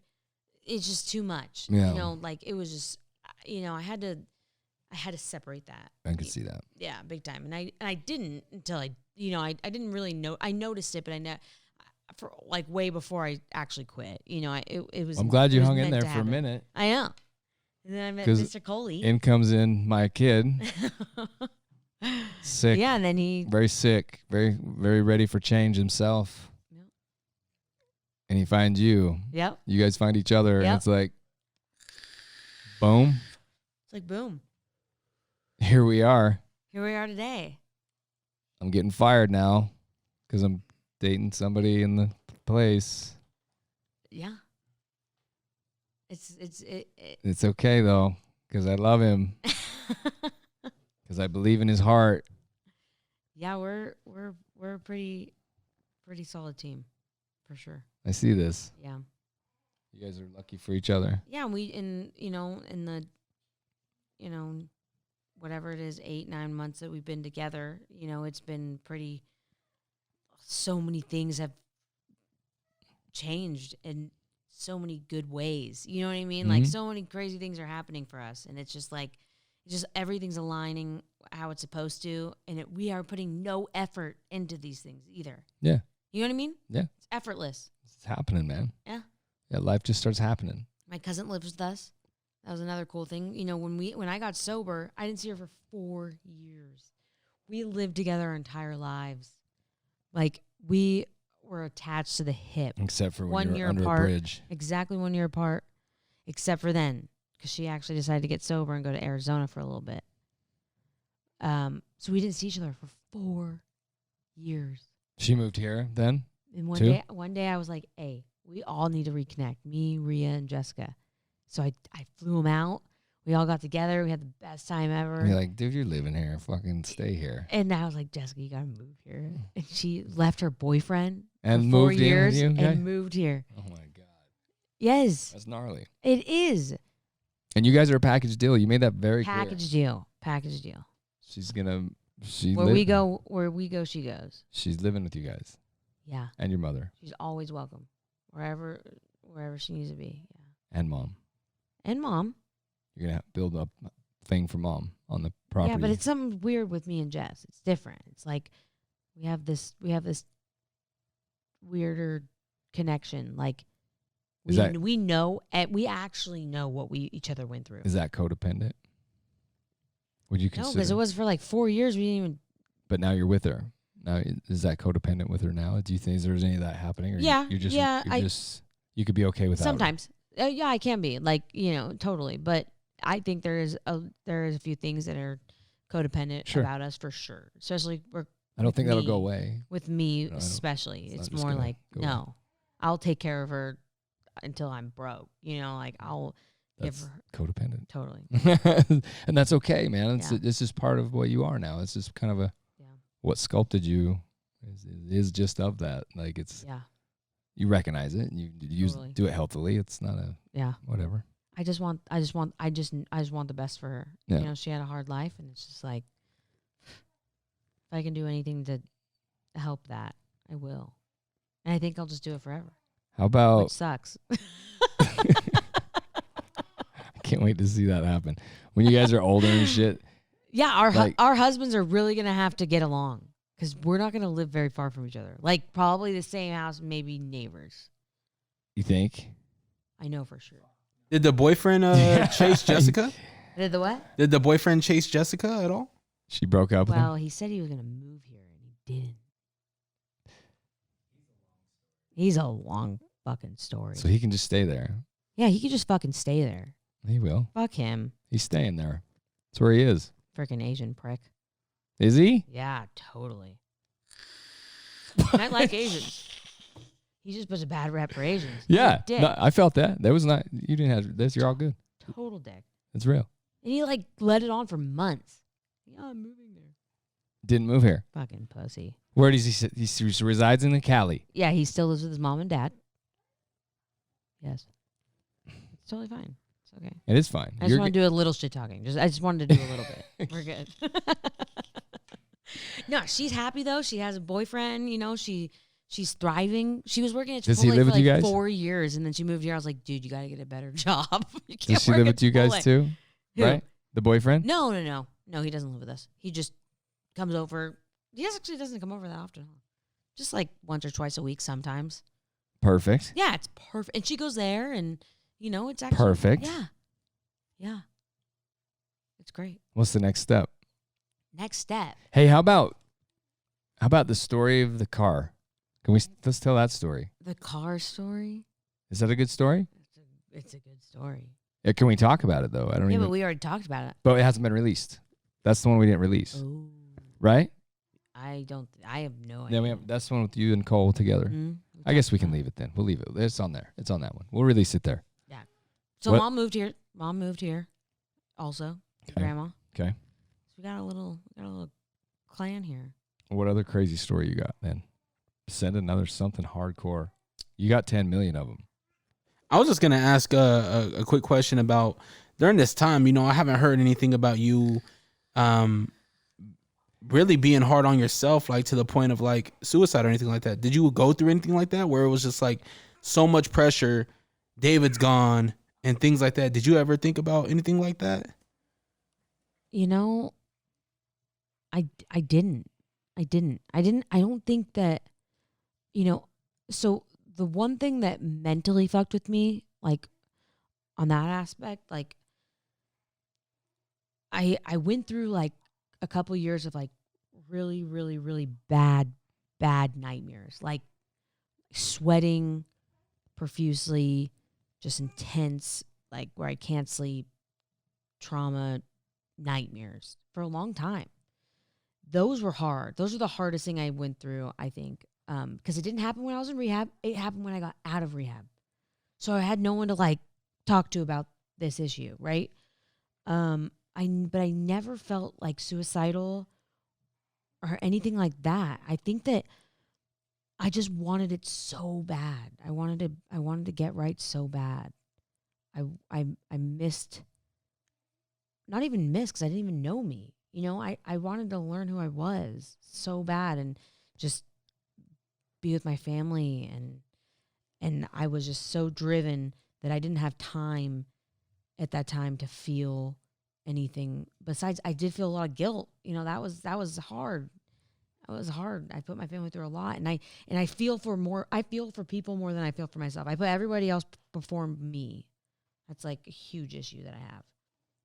And Yeah, because I was gonna say, I feel like you would have felt guilt when your dad didn't recognize you. Totally. That story, that part of that story, that's really stuck out to me. It was like your own father out looking for you, and here you are in front of him.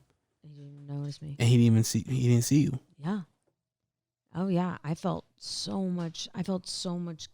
Even today I do. Like I'm always trying to like, I catch myself always thinking that I owe someone something. Like I owe someone this. I need to do this to make up for that. Right. There's a small story that I didn't mention that is really hard for me. We need to get high really bad. Right. Like I wanted to get high really bad. We didn't have anything all day, and I had no money, no nothing. It was me, David, another dude, and another chick. 2 more chicks. And we knew this girl. I hit this girl up, and she said she'd sell me some. We didn't have any money. We met her, and we all just beat the shit out of her. This like young chick.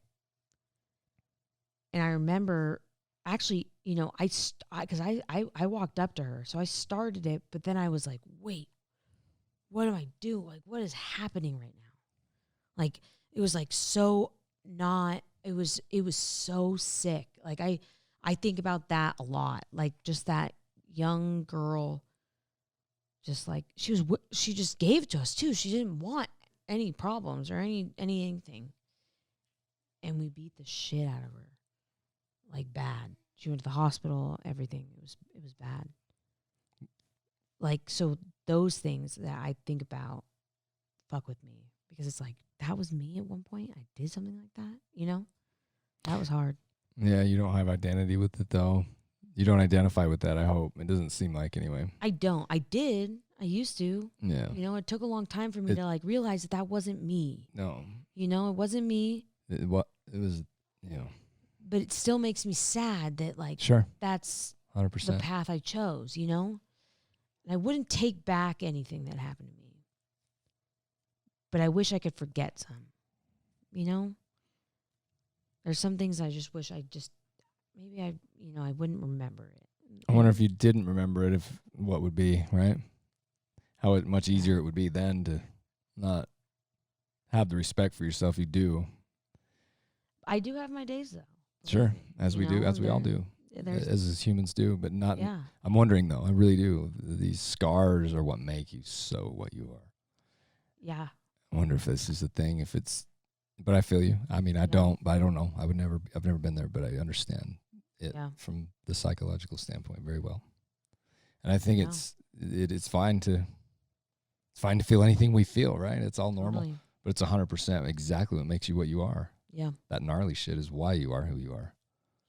Those brutal things that you can't forget, that's why you are who you are. It's exactly why your heart beats. Yeah. And you're you for that. And if you didn't have that, you would be a different version of that. Yeah. That didn't have that scar holding over your head like, you remember me, I'm right here. Yeah. And you're like, yeah, fuck you, go away. But yeah, you're right there. Got it. You don't identify with it. I hope. It's a memory. Memory, it is what it is. Yeah. But when you identify with it, that's the problem. Yeah. You're not your thoughts, and you're not your feelings. You're not your emotions. You're not anything. You're none of these things. They were a thing at that point. That's all it is. Mm-hmm. We have to think this way. That's the only way around anything. Yeah. We're not our thoughts. We think them. We're not our feelings. We feel them. We're not what we have. We're not what we do. We don't identify with anything. Mm-hmm. That's the healthiest way to be about it. I know you know that. It's already you're a parent. You're doing it. Yeah. But I feel that. I can only imagine, man. Yeah. I have regret in my life is too. Nothing like that. Different, but still shit. You're like, damn, bro. Still the same feeling though. Come on, man. Yeah. You kidding me? You said that? You did that? Yeah. Yeah. Oh yeah. Good for you. I'm always backpedaling on like what I've done or did or said that day, or not that day, but like I think about that a lot. Like I'm always trying to I always recap like why do I hate that I look back on things like that, you know? I think it's part of me always like not wanting to do more things that that I regret, right? How often do you talk about it like this? I don't really talk about it. That's so this is a big thing right here, man. I'm telling you, do this. This is a thing. Yeah. And when you do this is how it's. You already know this. It heals it. Mm-hmm. Just like you already know all the steps. It's the same thing in what you guys did with your AA. I don't know I don't know that claim to know any of that. I do, but I'm gonna say I don't. But it's the same thing. It's acknowledgement. It's accepting it, and it's the journey of it all, and the whole way it steps out. Like it's the same thing. It's so beautiful to make you what you are. Yeah. To have that little scary soldier in there screaming. Yeah. Like, hey, I'm right here. I know. I can only imagine. I really can't. I don't know how people go through half of what they go through. It's unbelievable what humans endure. Yeah. It's never going to change. Yeah. Humans are we are crazy, and we're so resilient. Yeah. To watch what just you two have been through is pretty fucking crazy. Mm-hmm. My life's boring. I have a boring life. I think I'm very blessed to be quiet and here to listen to some of these stories, man. It's unreal. And I know there's so much more to all of it. At any point, did any of your family disown you through this whole thing? No one actually, you know.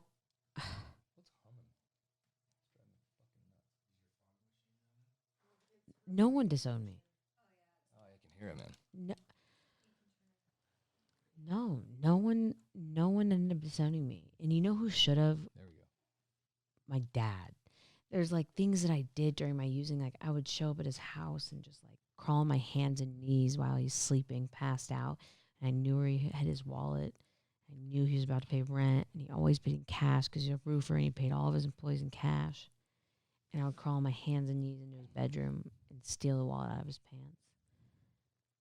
You know, and I knew that was all he had for that rent. You know, he wasn't rolling in dough by any means, you know, barely could make rent. And I would take it. and he never mentioned it. You know, it was just like no one disowned me. I don't have a relationship with my oldest brother, which is hard because I want it so bad. But I got to let him want it, and that's a totally different reason. It's because I have a relationship with my mom, and he doesn't like my mom for the things she did in the past. He just never forgave her, right? And I did, and that's just too much for him. So because I have contact with her, I can't have contact with him, which seems drastic, right? But that's the way he is. So I respect it. Makes me sad. I've tried to go to family get-togethers, but if he's there, he won't. If he's there and I'm going, he won't. I mean, if he's going and he finds out that I'm going, he won't go. So that's been the hardest, you know. That go for little brother as well? He doesn't talk to little brother? Or is little brother not talk to mom? He doesn't know that little brother talks to mom. Yeah. So, because he actually made a comment, because I called Sean and I said, like, this was only a couple months ago, and I said, hey, we're doing a family. I'm coming out to California. We're going to do a barbecue at Dad's house. Can you please invite Ryan? And he's like, yeah, absolutely. He'll love to see you. And I was like, oh, finally, you know, like I'm going to see him after this many years. And Sean called me back. He said, I don't want to tell you this, but I have to. And this is really hard. And I didn't expect this to be the answer, but Ryan said that he's not going to see you until you don't have a relationship with mom. I was like, what? You have a relationship with mom? He's like, I guess he just doesn't know. Like, I was never brought. I think he just assumes that I don't. It's not healthy, man. That's not good for him. That's a bad move. Yeah. So 100% bad move. That's not the way that works. I would That's do fine. anything just to have a family day with Ryan. It's just never. Well, it's never gonna happen. shame on him for not, wanting Yeah. that. You're a beautiful person. You're unique. You're so cool to listen to, and I have to remember, how dare he's that sick. stop he's, anything? He's sick. He has like really bad bipolar, and I think he doesn't know how to. His life's he had a hard life. He was a really hard kid. It's hard. If you knew him, you'd know what I'm talking about. He's just not all there, and he's a great person, but he has like this snap. You see it in his eyes when he's about to change, and you want to get far away. How does it feel going from all of this to doing well? Is that a weird thing to transition into having absolutely nothing, living with nothing? And I don't know how far into that you'd ever even want to go, if you want to at all. But It is weird. That's got to be absolutely terrifying in some way, and then it's also really cool, and then that's a mixed bag of things. I don't know if you want to touch any of that, but Yeah, I caught myself at first, like totally not even processing the fact that like I'm blessed, and I'm all these things are just like so great, and I have all these things, right? I wasn't processing that at first, and I was just spending everything I had, and I was overbuying and overdoing everything, right? And I changed my addiction just to buying and eating when I first moved here. Like, that was my new addiction, right? I went right back up to 210. Like, that was just like real quick. And then I also just like spent all my money all the time. But then I started realizing that that's not reality, and I can't be doing that.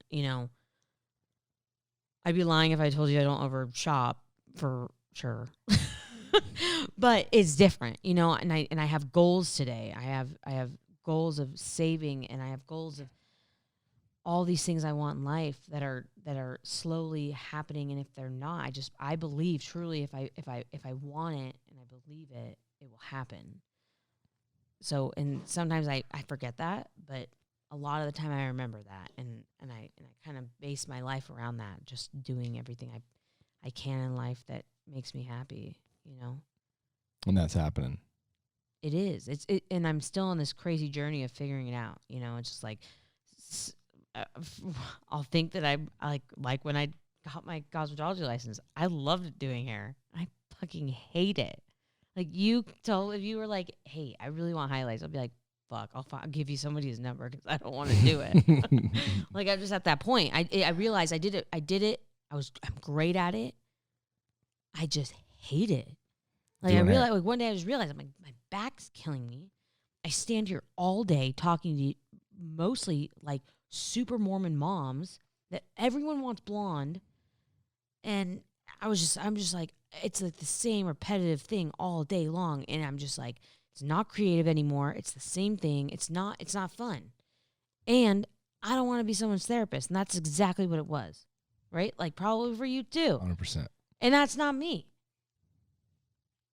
I'm probably too self-absorbed to listen to your goddamn bullshit all day.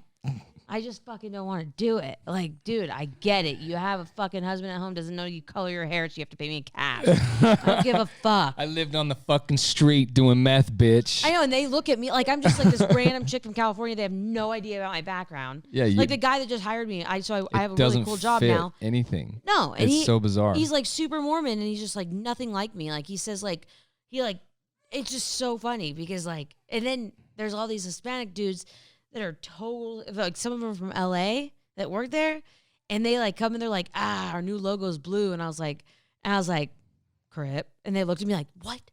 How do you know that? Like, who are you? I'm from LA, fool. I'm just joking. I'm just like joking. I just knew it. They have like Dodger freaking tattoos, and you know what I mean.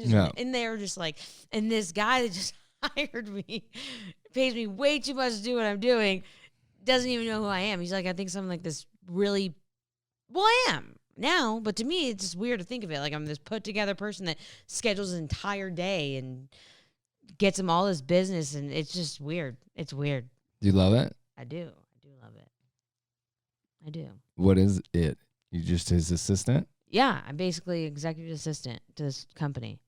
I basically work for him, but I've really realized that I'm working for everybody. Really fast. Everyone's asking me like, hey, can you do this real quick? like, I can do anything. I can do it. Sure. I know that you're figuring out life right now. You're figuring out a lot of things. One you thought was your passion for hair. The passion's not there. What's your next passion? What are you really passionate about right now? So part of the reason why I also agreed to this job is because he's actually creating this entire interior designing portion. He's now doing remodeling, and then he also wants to have interior designing put into one of the things that this company offers. And he's basically telling me like, you can run this section of the business if this is something that you can do. And I hope it is something I can do. There's a lot more into it than what I'm thinking, right? It's not just about putting pillows in the right spot. It's a lot more like, which I'm not the best at, like knowing dimensions and all those other things, right? But I really love that, and I love kind of where me and Cole are at, like just getting a house and owning a whole bunch of animals, and that's something I've always wanted. And me and my mom she just sold one of her horses, but one of our horses is coming out from California, and that's a huge passion of mine. It's just being able to be with my horse is going to be game changing for me, because it's been since I moved here that it hasn't been part of my life. How many do you always have? Was. How many horses? Right now we have one, but when we get Piper, her name's Piper. When she gets here, we're gonna get another one. So, because the other one that we just sold is actually a show horse, so it was like, he hit 4 years old and stallion. So it was smarter to sell than to keep. What do you do with it? You just ride them. Yeah, we do reining, barrel racing. But this is basically going to be trail riding. It's just going to be about fun, being outside, doing some lessons here and there, but nothing crazy. Taking people that are in trouble and taking them on an outing. Yeah, or just taking me and my mom ourselves. There's your go. thing. There's your $1 million idea. There you go, $1 million. Take it part of the program would be a horseback riding adventure. There you go. It's weird though. Utah's like way different. Like you can only ride really half the year, unless you're in an indoor arena for the snow but like weather. Going on like a hike. Yeah, you can't really. It's just not smart. Just put on a coat. Well, it's more for the horses and the feet. And put on spikes on them. Screws in them. That's an idea. Do you know how to do that? Do you know how to do the horseshoe and stuff? Like pull them off and scrape them and everything like that? Yeah. I grew up around horses my whole life. You can shoe? You're a shoer? No, I'm not a shoer. That is a talent. But I can clean out my horse's hooves. You can clean them up. Yeah, I can clean them up. Have you ever been kicked? I've actually never been kicked. I've been stepped on, but like not like. I'm terrified of horses to this day from an experience 50 yards right behind your head over that fence of getting bucked off a horse when I was 8. Really? There was a field. There's homes now, but it used to be nothing but fields, and they had horses, and it was the family back here had them, and I rode them, and I'm fucking terrified to this day of them from getting. I never been so scared in my life as getting bucked off that fucking 16, 17 hand fucking. Good thing was huge, man. You have just no interest. Oh, it scared me to death. I've never been so scared in my life. Threw me way out that some storm was coming or something. They got all rared up back here, went ape shit, and yeah, nah, man, I'm good on that shit. That's not fun. That's not fun. Oh, it was scary. One more little step to the left when he come down, it would have been lights out. But he just straddled my body when he come down with his feet, and I was like, oh my God, bro, no. I jumped up and ran. I'm like, fuck you, Clay. These horses, I'm out. Don't you ever ask me to help with you goddamn horses. Like, yeah, that's it. That's it for horses for me. Oh, that's We're not going nowhere on no packing trip. No, man. How about that? I'm good on all that. What, so you're just taking it as it comes. Everything's just going to come. How do you struggle? I was going to ask you earlier, when people do say, how do you relate to people when they say, they start the complaining, right? They're talking about the hair. They're talking about. Do you ever allude to your story? I would imagine you don't. But do you ever say, man, it's not that bad. Have you ever do you ever feel like you should offer some of this, or you hold it back? I only offer to the ones that want that I know that are going to absorb it in the way that. So you've sent it before. You'd be like, listen. At that rehab. Have a seat. I know for a fact at that rehab there was a handful of people that not just like not necessarily my story, just the way that things changed for me, and like it gives them hope. Sure.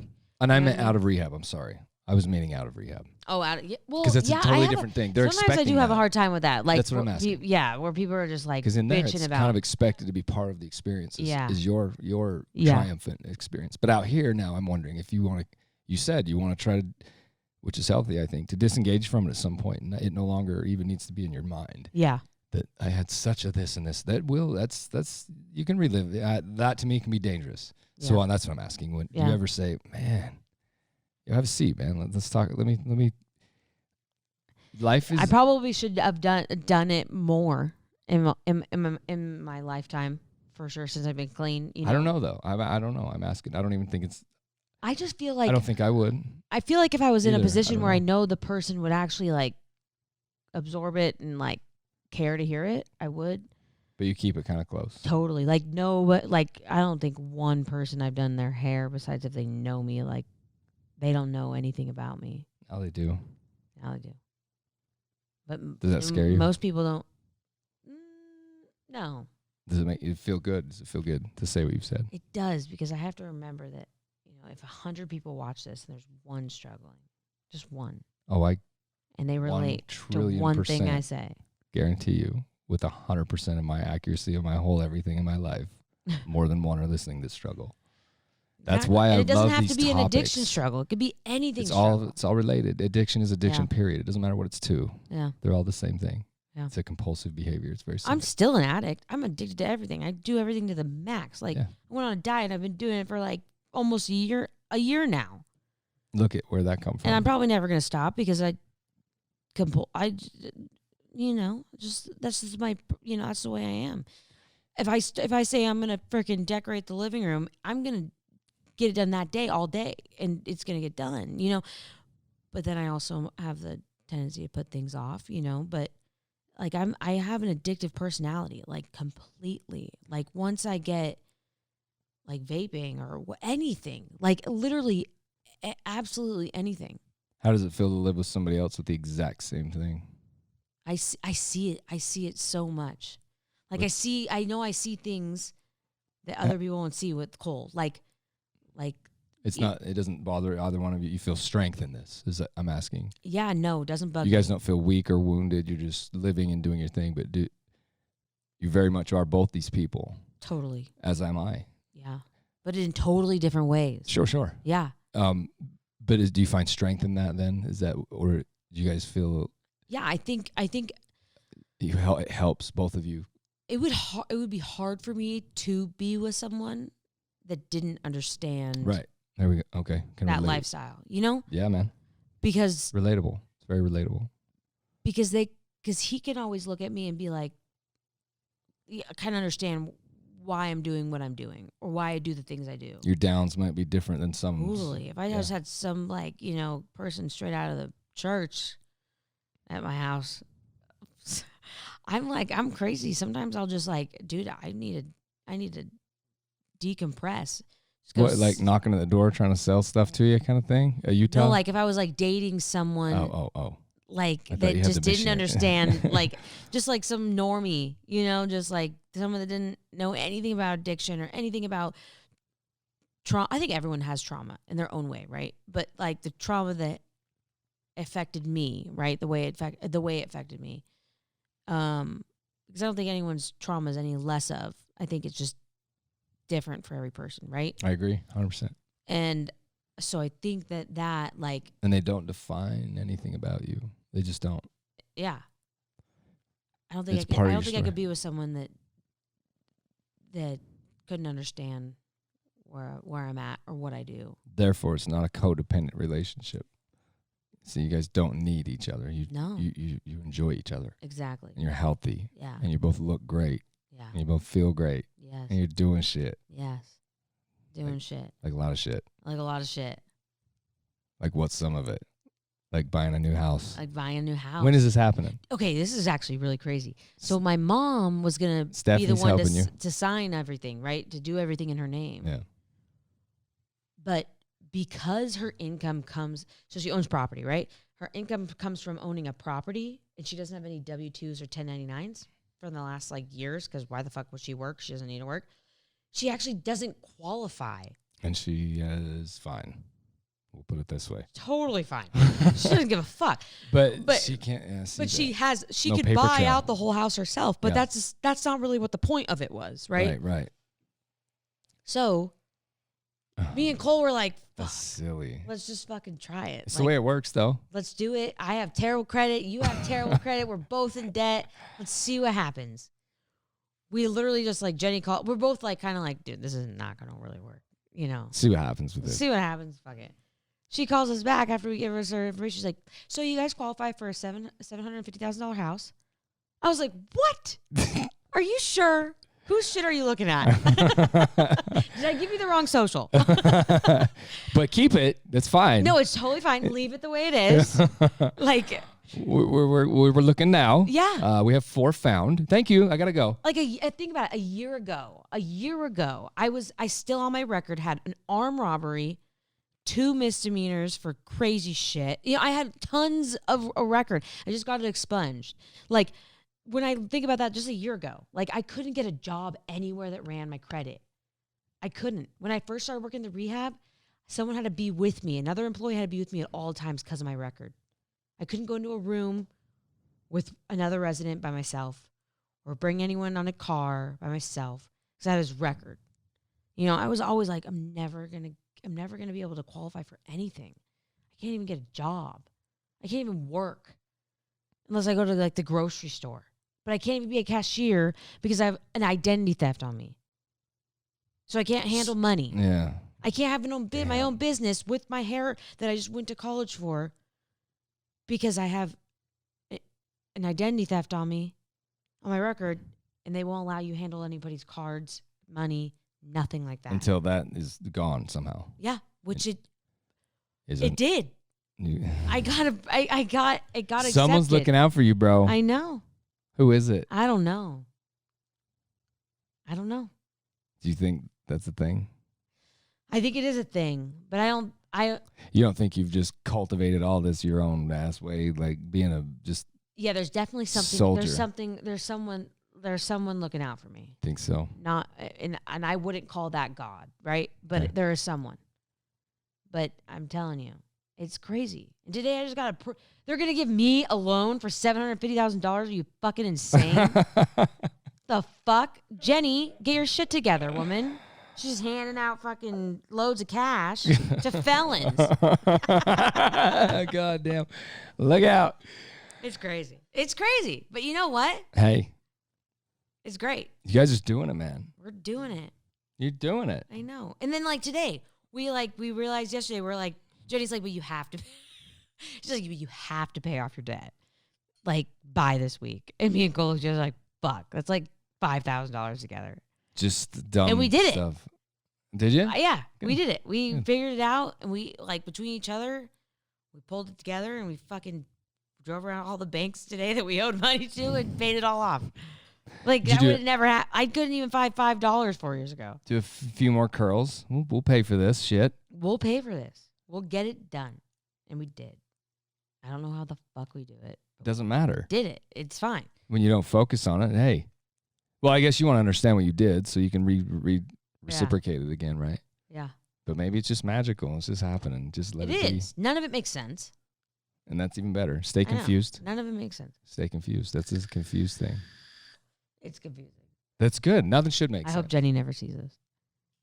Tell her not to watch it. Is there any fucking reason you blew that in my face? Sorry. The baby's in here. Did you see Oh. that? You're like, My bad. no, it's fine. I was just teasing anyway. It doesn't bother me at all. It was I a know I joke. blow it in your face all the time. I know. Why did I care this time? Fuck, she's every chance. I like tried to act like I felt bad just because there's like a camera on Just me. try to But I fog really me don't give completely two out of it. fucks. This is what I subconsciously feel about him. Watch. He's gone. He can't even fucking see him. Oh God. You're crazy, bro. I know. You're crazy. You are absolutely crazy. I am. I love it. I am crazy. I I'm think actually it, not that crazy now. are you I boring? was crazy. Are you boring? I'm really fucking boring. Like I literally watch Netflix, go to work, hang out with my dog, Z- and like Dogs. clean our chicken coop and shit. I mean, you have one dog? We had a couple parties recently, which were really fun. That was like the craziest thing I've done in a A while. sober party. No. No. No. You sober Me and- party. Yeah, me and Cole are just standing in the corner. Dude, that's the sober. best. That's the best fucking part. No, it was I so love fun. it. I was able to dance way longer than everybody else because everyone else is like totally fucking hammered. Shit-faced. Yeah, Jessica couldn't even. Jessica was so drunk that she she fell into Cole's toolbox and Lights out. lights out. Dude, I don't miss any. Do you miss this feeling? You've never been drunk. Yeah, I don't know. You miss the just fucking out of the control. Sometimes when people are smoking weed, I'm like, I kind of miss that, but I don't though. But I do for a moment, and then Yeah. it's like, but I kind of like how I feel right now. Take You remember, like this to me is a high because it's different than what my actual high was. 100%. You know what I mean? So Yeah, like I was I high do. for so long that today, like feeling like this is way different. Like I was a really quiet. I just cleaned. I just like when I was in a hotel room, I just like cleaned. I didn't talk to anyone. I would always have a cigarette in my mouth, but never lit because I was always prepared to. I wanted to go. I was always planning on going to smoke a cigarette, but I never found the time to because I had to organize my makeup bag or my meth or clean my pipes or clean the shower. Never fucking. I couldn't be away from drugs for any length of time that I one time actually happened a few times, but my first time doing it, I thought I was genius. I put a shoestring on the rod of my shower curtain of the shower, and I hung it down, and then I tied the pipe to the end of the shoelace. So where you're in the shower, you can rip it I could just hit it real quick without getting wet. Just stick my head out. Yeah, it was perfect. instead of I just thought like it was genius. setting it on the I was toilet. like telling people about it. They're outside like, of the dude, curtain. you have an issue. Like Just tweakers were telling me, like, dude, you have an issue. Yeah, open the curtain and set it on the toilet lid or something that's right there, and you can just reach it. Like that's. It was already in there. It was already prepped. It's just fucking I hairy. just had the lighter on the toilet seat. It was perfect. You could have set the pipe there. That's what I'm saying. But you hung it. From, Oh, I hung it. You tweaked the fuck out of your brain. I had to figure Perfect. out some crazy Oh my fucking. God. I don't know. Do you think I can only imagine how that feels. do you think it's possible God. to try meth or these other drugs without being addicted? Yes. Well, I think opiates is a totally different game that I don't even know about. Right? I don't really know. I can't really answer it for that. Like, I don't. From what I've seen with heroin, that is like the craziest thing to get off of. A, because it's the fear of detoxing. And it's just a totally different, it's just so different. Like, it's like I think Jessica's a miracle for stopping heroin, like a miracle. And like today, she could just drink once or twice a month and have fun, right? Or whatever, however much. I don't care what she does. But to be able to stop something like that to me is just like, it doesn't make sense to me at all. But with meth isn't technically, I don't know. I actually don't even know how to answer that. Like, I feel like it is addicting to an extent. I think it's also, I have the theory that either you're somebody, maybe this is AA and NA kind of seeping into me right now. But in my eyes, I think that if you're an addict, you're an addict. You're born that way, in a sense, right? It may not be with drugs, maybe with other things, but it's in you. And then some other people can just never have that issue. You know what I mean? I feel like that. Like some people just can just never have that experience of not knowing, of having to depend on something. And I think a lot of it has to do with like wanting to void other feelings, right? And that's their way. Like for Jessica, right? I'm not speaking for her, but I heard her say this. Like she did so many drugs because then she didn't have to think. She didn't have to feel. She didn't have to be sad. She didn't have to miss people. She didn't have to miss her kids. Nothing. So for someone like her, it was like, she was already seeking something to void those things, and it became drugs, right? And she already had an addictive personality. I think because everybody in her family are all addicts, and I don't think it was born into her. I think that she saw it so much as a kid that it was embedded into her. Not that she was just. Does that make sense? Yeah.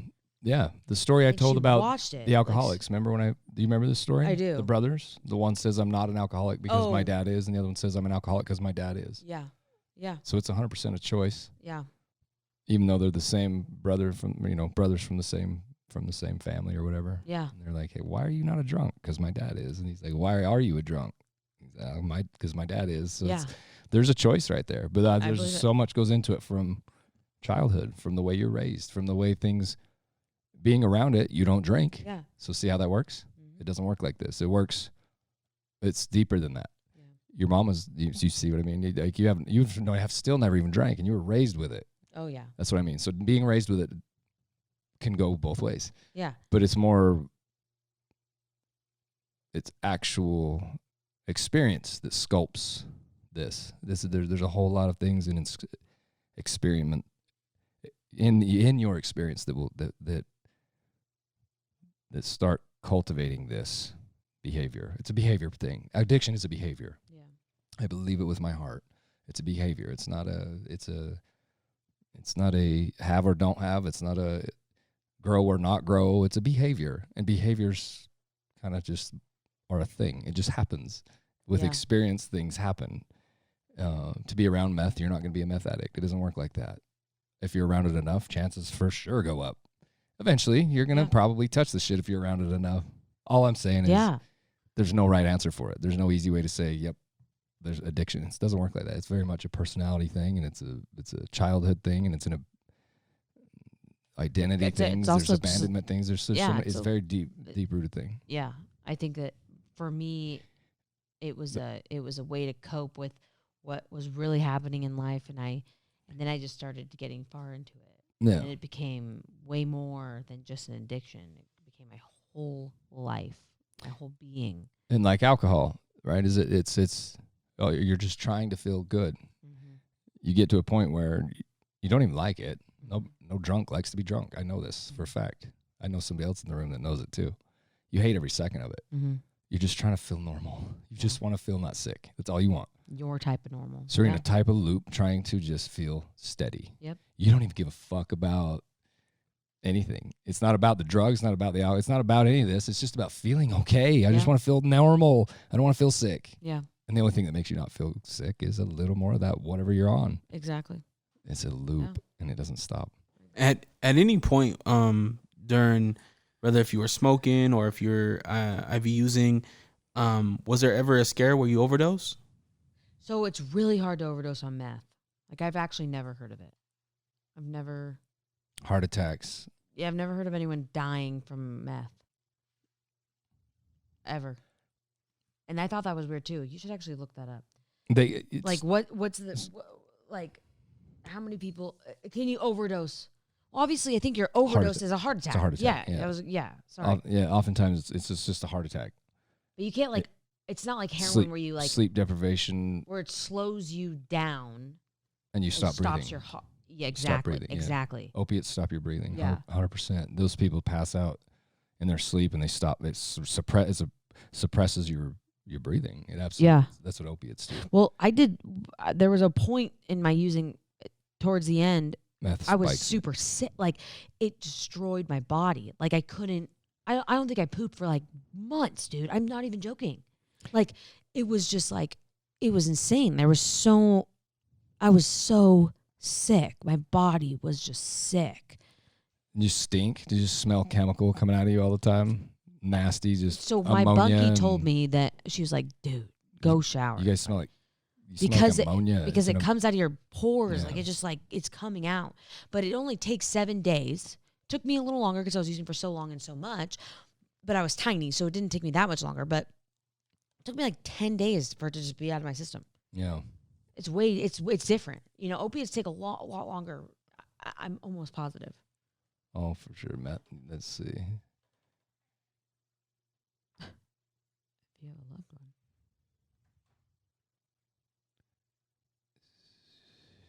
one. Let's see. So what is it saying? Is it kind of mainly methamphetamine increased significantly?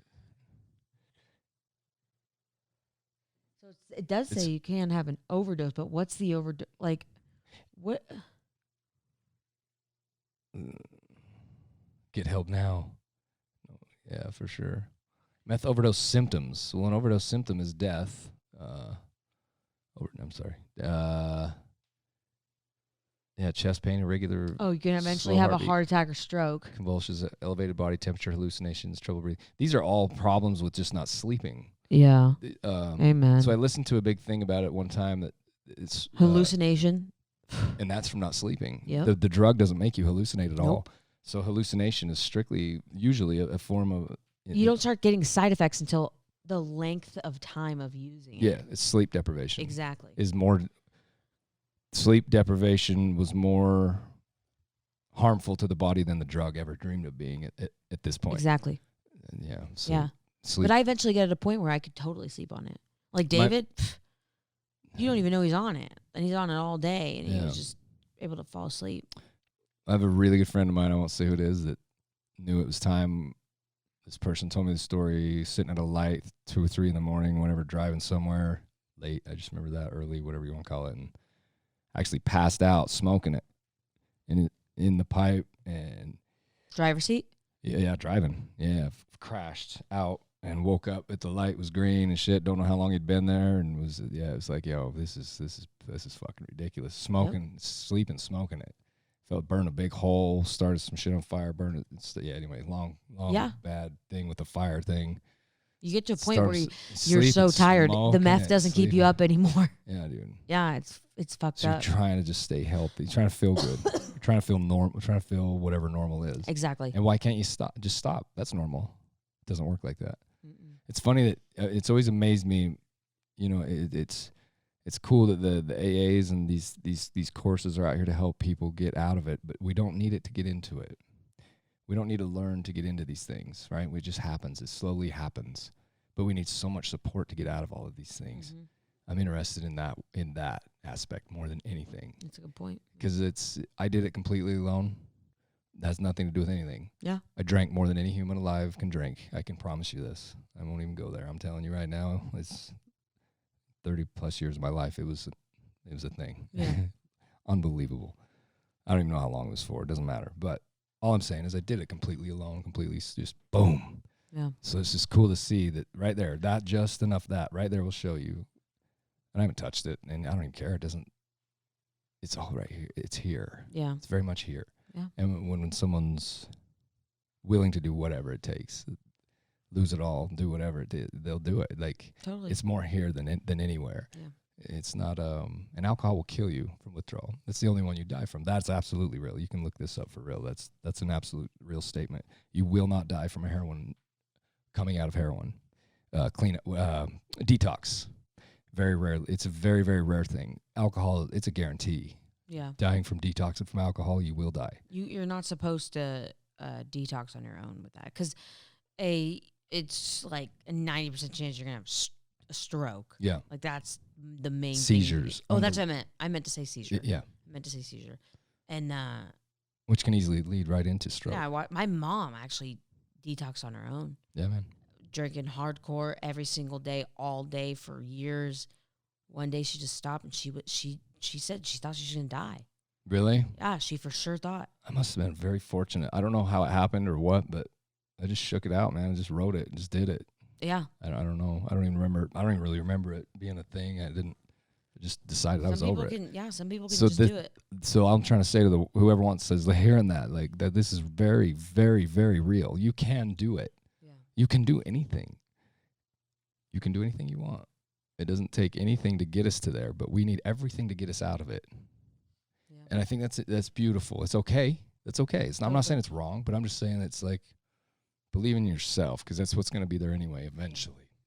After we're out of all the help and all the structured thing and helping us with all the process of it all. Mm-hmm. You can make your own process. Yeah. And then you're really invigorated to be I did this, man. This is, either way you did it, right? It's just beautiful. All I'm saying is, God, get help. Jesus, please get help. Whoever's going through this stuff. But you truly can fight your own battles, man. You fought it yourself that far. It's like people can do this. But get help regardless. Just get help. That's the hardest step, though.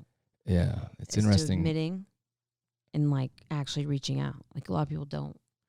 Like they say that in AA. Like that phone is like £1 million. It's hard to pick it up. Yeah. It's hard to pick it up and actually admit and ask for help. And that's why a lot of people don't do it. They want it. We cannot live in humility. But there's so many people that are shamed. And it's no one else. There's no other disease. In my eyes, it's a disease. There's no other disease that is shamed besides that one. Which one? Well, what do you mean? Being an addict. Oh, okay.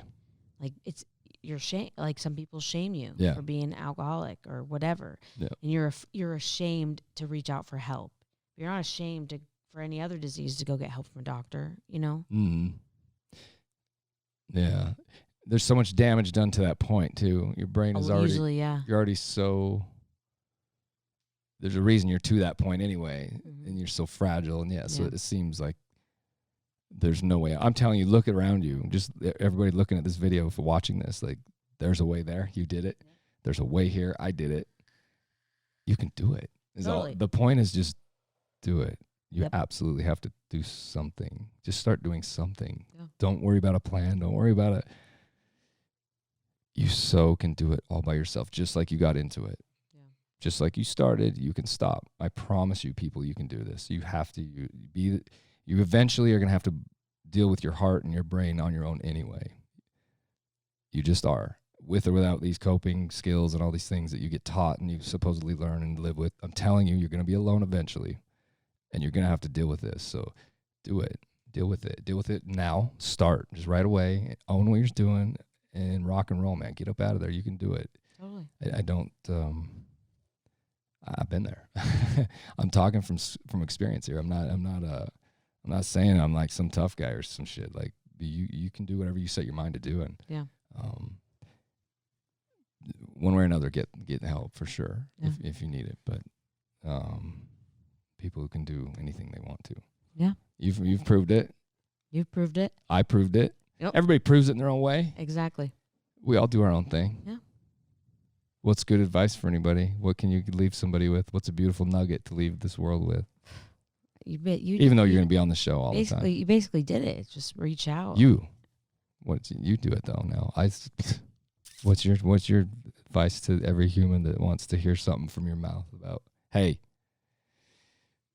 I know you can hear me right now, and I know you're looking in that mirror, and I know how this and this and this, like, is there any of this where you can get right to these people so easily, and they're like, fuck, man, this is real.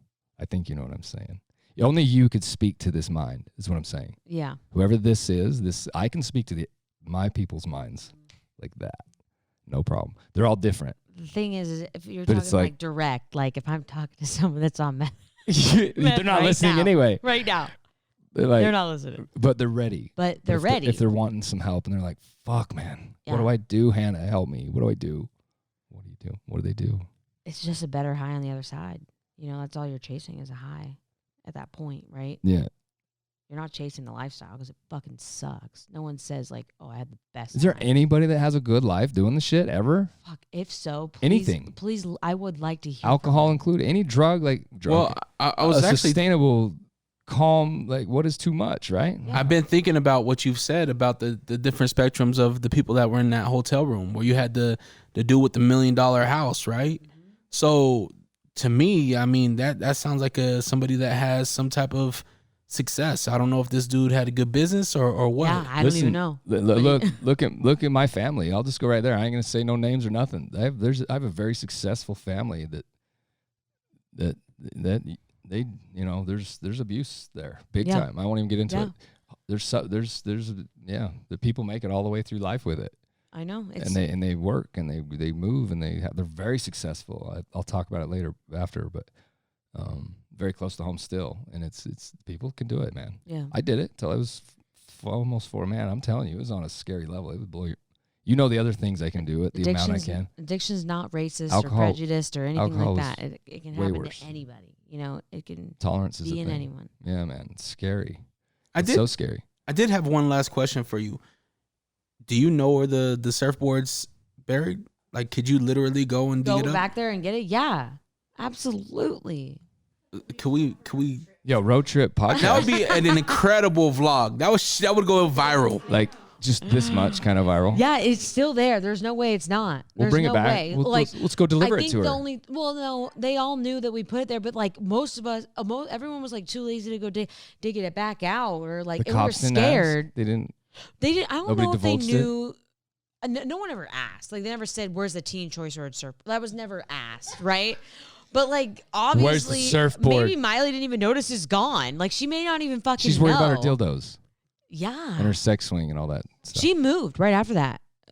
I would imagine. It scared her. She moved. She moved like a month later. She never went back to that house. She has went- several, but she never went back to that one. She went to Billy Ray's. Maybe she moved in with Dad.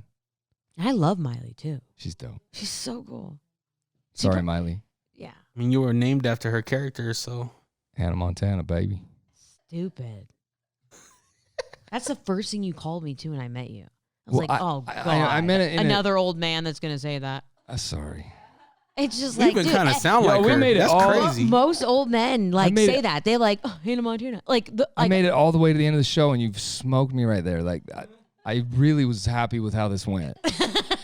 That hurt my heart right I'm there. sorry. I'm actually Like, not sorry. so you told me that I'm an old man right there. You put me in this category with the old gross men thing. yeah, B, what? Like, really? yeah. I'm not this guy. Well, but see, That was the true. only people that have ever said that to me are middle-aged men. Oh, now I'm middle-aged. Old.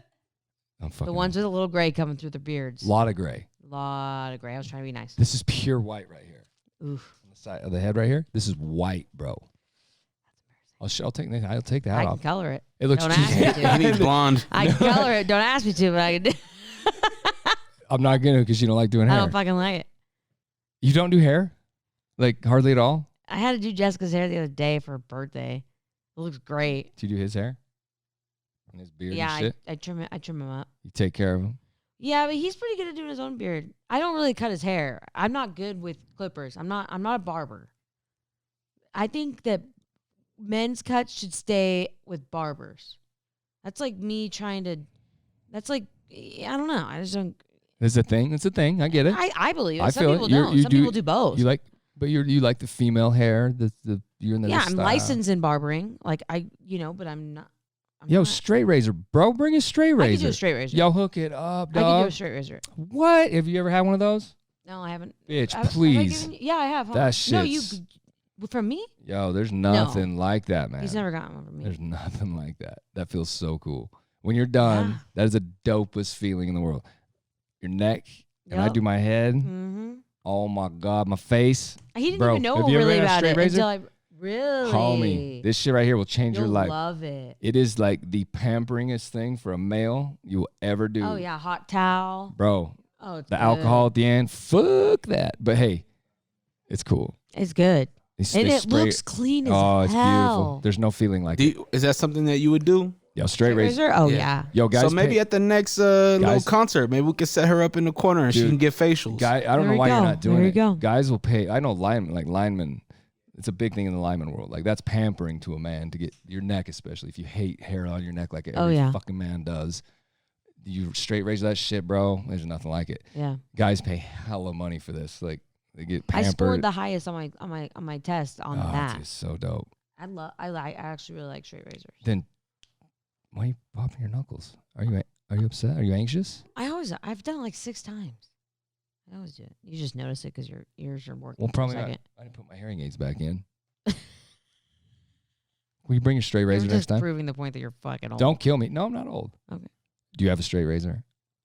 I actually do have a straight razor. Do you have the little disposable I need to get some. little disposable thingies on them now? They're no longer just. Yeah, no, yeah, they're Now the you have the disposable little- ones. Yeah, but I just have to get a bag from somewhere, dude. Yo, Absolutely, please. Yeah. I'm not paying you though. that's totally fine.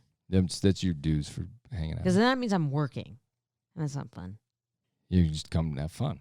Yeah, And Dre, we'll do it. You're gonna get I your, just you agree. gotta I'm have, not- dude. Wait do you feel this shit? It'll freak you Yeah. out. I told my girl It I was is- letting this thing grow. There's no. Oh, you can grow a yeah, beard. you could grow it. as It much will as look possible. better if you got it straight razor. Well, yeah, I'm gonna. Totally. Yeah, of Oh, course, dude. The neck though. Are you gonna do the neck hair Yeah. ever? Yeah. You know, yeah. Shave this with a straight razor, baby. It's dope.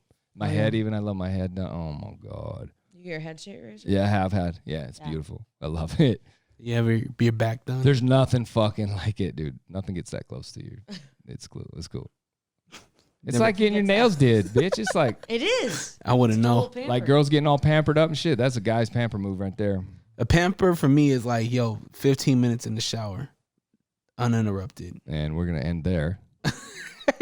That give me some all kind of shitty visuals right there. That's weird that you went there.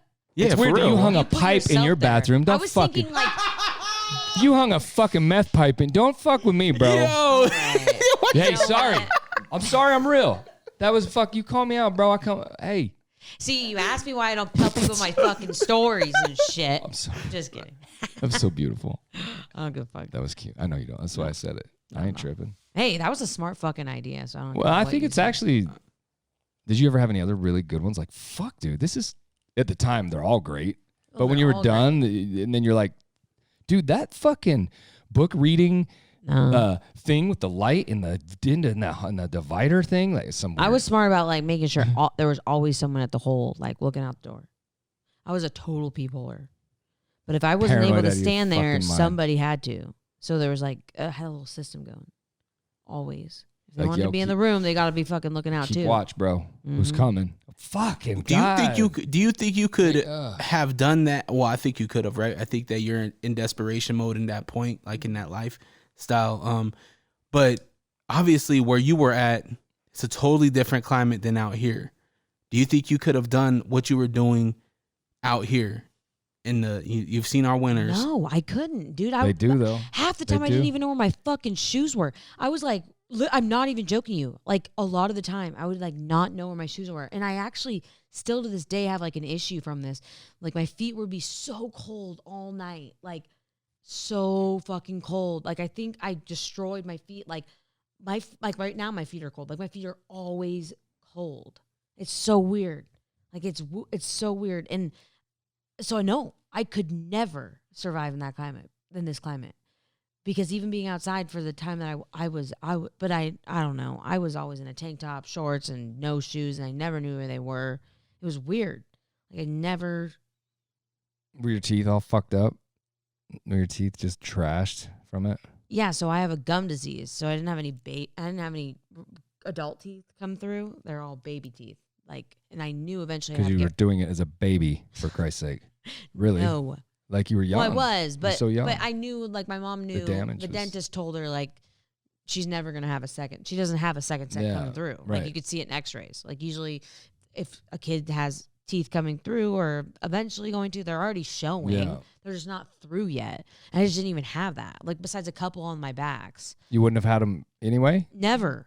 even without the. Okay. Yeah. No, it was just I had never had a second set. So besides a few in the back here and then a couple more on the bottom I had. And then, so I knew I already had bad teeth and I was going to have to get new teeth. Like I had baby teeth like my whole time. So when I was doing meth, they started like popping out like Tic Tacs. Like they did like, and like cracking and splitting. And they weren't supposed to last forever. I was supposed to get veneers like in high school. But that didn't happen. Right. And like my parents didn't have the money for it either. It wasn't like we could just throw out 35 grand. But eventually, after I started using, my mom, like, and when I was in rehab, she looked at me and she's like, you gotta get your teeth done. Because they're bad. They're black, dark, chipped, cracked, missing one. It was just the way it was. So I got new teeth. So I have new teeth today. And bang. Bang. Bang. Did like you lose all your hair and shit too? Everything go like I was sick. the like, shit falls so apart. I did have like, I know that, yeah, I wasn't like, thriving on the hair follicle situation.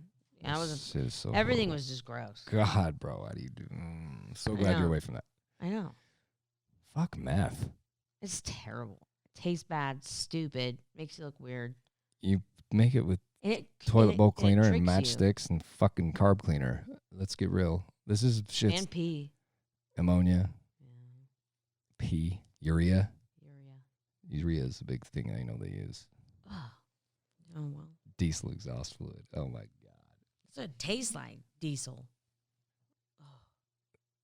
Did you ever make it? What the Fuck, you were do I look like a chemist? I don't know. Oh, my God. Now you're making a pop bottle now. I don't even know You how just to shake do it. math. I just told you I can't be an interior designer because I don't even know how to do a dimension or whatever the fuck it is. I thought you want to be an I interior do. designer. I'm going to fucking figure it out. Or I could just have Cole do all the measuring. You don't need measuring. You just say, I want that there. That's what I'm saying. I could be that person. That goes there. That goes there because I could do that. No, green. No. That's fucking forest green. I said green. Lime green, right there. Yes. Now, there you go. That's an interior designer. Yeah, I could do that. Not 15 inches and 7/30 seconds of this needs to be here. No. You just sit back and point. Yeah, I could do that. Green. Yeah. I don't like green. I don't like green. It's fine. Orange. You don't like green? I like green. Are you loud in color? Is your house gonna be all loud like that, retro, new? Oh. Are you like you like country girl type shit? Are you like Pretty neutral. modern type? Cole thinks it's weird because we have like a lot of whites and grays and oat milk and things. Oat milk? Yeah. It's like What's oat milk? That's a color? Yeah. Oat milk. It's like a shade. Look at Like a yellow. No. What? What the fuck is yellow? Oh my God! Look at that baby. light brown? Look She's at perfect. I already know that. Oh my god. her little fat arm hanging out. Look at little mama. Little Faya. What? Oh, look, see? Oat milk color. It's like a brownish yellow fucking color. Look at that. None of them. Look up oat milk couch. He says it's Oat milk colored couch. couch. You have a couch covered No, colored. but I want one. Mine's gray right now. Actually, we do have an oat milk colored couch downstairs. I know. Yeah, Cole got me one downstairs. But I want like a. That color? Yep. There we go. Yeah, that's to me. That's very new. Beigey. Yeah, it's new. It's the new. It's new. Malibu, bro. This is fucking California right here. This is not Utah right here. I also really Utah's like a real land and a blacked fucking- out room. Have you ever seen that? Like where like the couch is black and the like. I love that. Like black. That's gonna be if I have more than one living room. That's one of the living rooms gonna be like. I might have a thing with black. I get black. Yeah, but no, look at that. Look at that. That's- one. I'm about Not black. Back in black. That's a little too That's goth as fuck, bro. like that. Are you a Look at vampire? that. Look at the wood. That's all. I love that. So do you like white or black? What the fuck? That's totally different than what you were just saying, bro. I like it Make up all. your mind, fool. I can't decide. We ain't putting a white bougie ass couch in that room. I guess that'd look pretty cool, huh? Like contrast as hell. See, look at those walls. That would be cool. And then have like Like the dimension of the. See, we could do that. do it. See, you're on Google. If you're on Pinterest, it'd be way better. What are you like Pinterest shoot? Are you trying to get sponsored or like what's going on here? Pinterest is just like better for those things. Is it? I think so. Then you can like save them. Look at that. Isn't that cool? That is cool. I like black. Everything. Yeah, I feel The that. brown leather. It looks sick. I'm a dark guy. I like the dark. Oh, really? I like the darkness. Yeah, I'm black. I wear black all day, every day. That's all I wear. Black. Well, I got blue right here. I think that's black. I don't know what the fuck it is. Black. That's all I wear though. Usually. How'd we do? Pretty good. Was that fun? It was fun. Did you get everything out you wanted to? I did. Are you sure? Totally. Nothing else you want to add? Nah. Keep some secrets. I'll be on here again. I hope every time. Yeah. There we go. Many as you like. Yeah. You're welcome. Anytime. We'll make sure we get what? What? Go ahead. What is it? Oh, yeah. Say something stupid. Yeah, fucking send Say something stupid. Stupid. That was God damn. I was just gonna say, just Hey, you gotta say we really something. enjoyed your There's something stupid. You can't get on if you're not gonna talk. I just Yeah. know which ones Hey, I think the next one's gonna be great. I don't even know who it is, but it's it doesn't matter. gonna be They're great. all great. Next one's Cole, isn't it? No, Cole went. Wait, I don't know actually. He's already I don't been think once. so. We'll do it again though. Really? And you're not gonna know. Thank you, Erica. I want her to show up blind as fuck and be like, "Yo, what the fuck?" No, it'd be nice for me to know some things. I want you to shoot from the hip like my ass gets to. Okay. No, it's not good. You don't want to do that. No, Prep. You want to prep. I want to prep. I'm a hip shooter.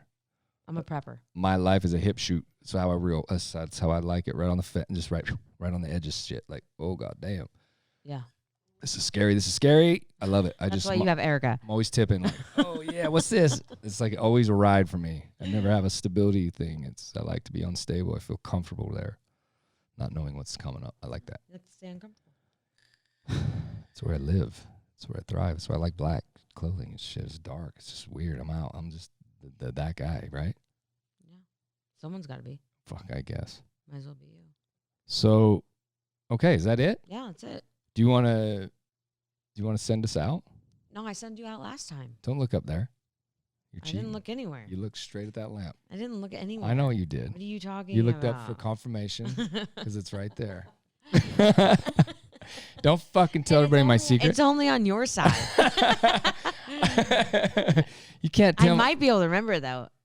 Let's try it. Okay. But if I fuck up, then you have to redo it.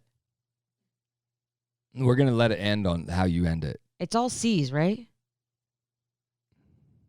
Kind of. Except for the first one. Oh, fuck. I already fucked up. It's about being present, right? So stay present. Stay present. Stay curious. Stay confused. Creative. Stay creative, then stay confused. Do it again. Okay. Stay present. Wait, I already forgot. And remember, everybody. That's even better. Okay, stay present. I already forgot. You got it. I don't. You just did it. I know. And then the C's. You got it. I don't remember it. I remember the first one and the last one. Stay present. Stay Stay creative. creative. Stay curious. Stay curious. Stay confused. And most of all, stay confused. Stay confused. You gotta say it like that because that's the way it is. Can you try it again? Okay, stay present. I fucking. Oh my fucking Lord. I love it. Everybody. Love everybody. Quit hitting your head on the thing. I know. Just say it. Stay present. Stay curious. Stay creative. And most of all, stay confused.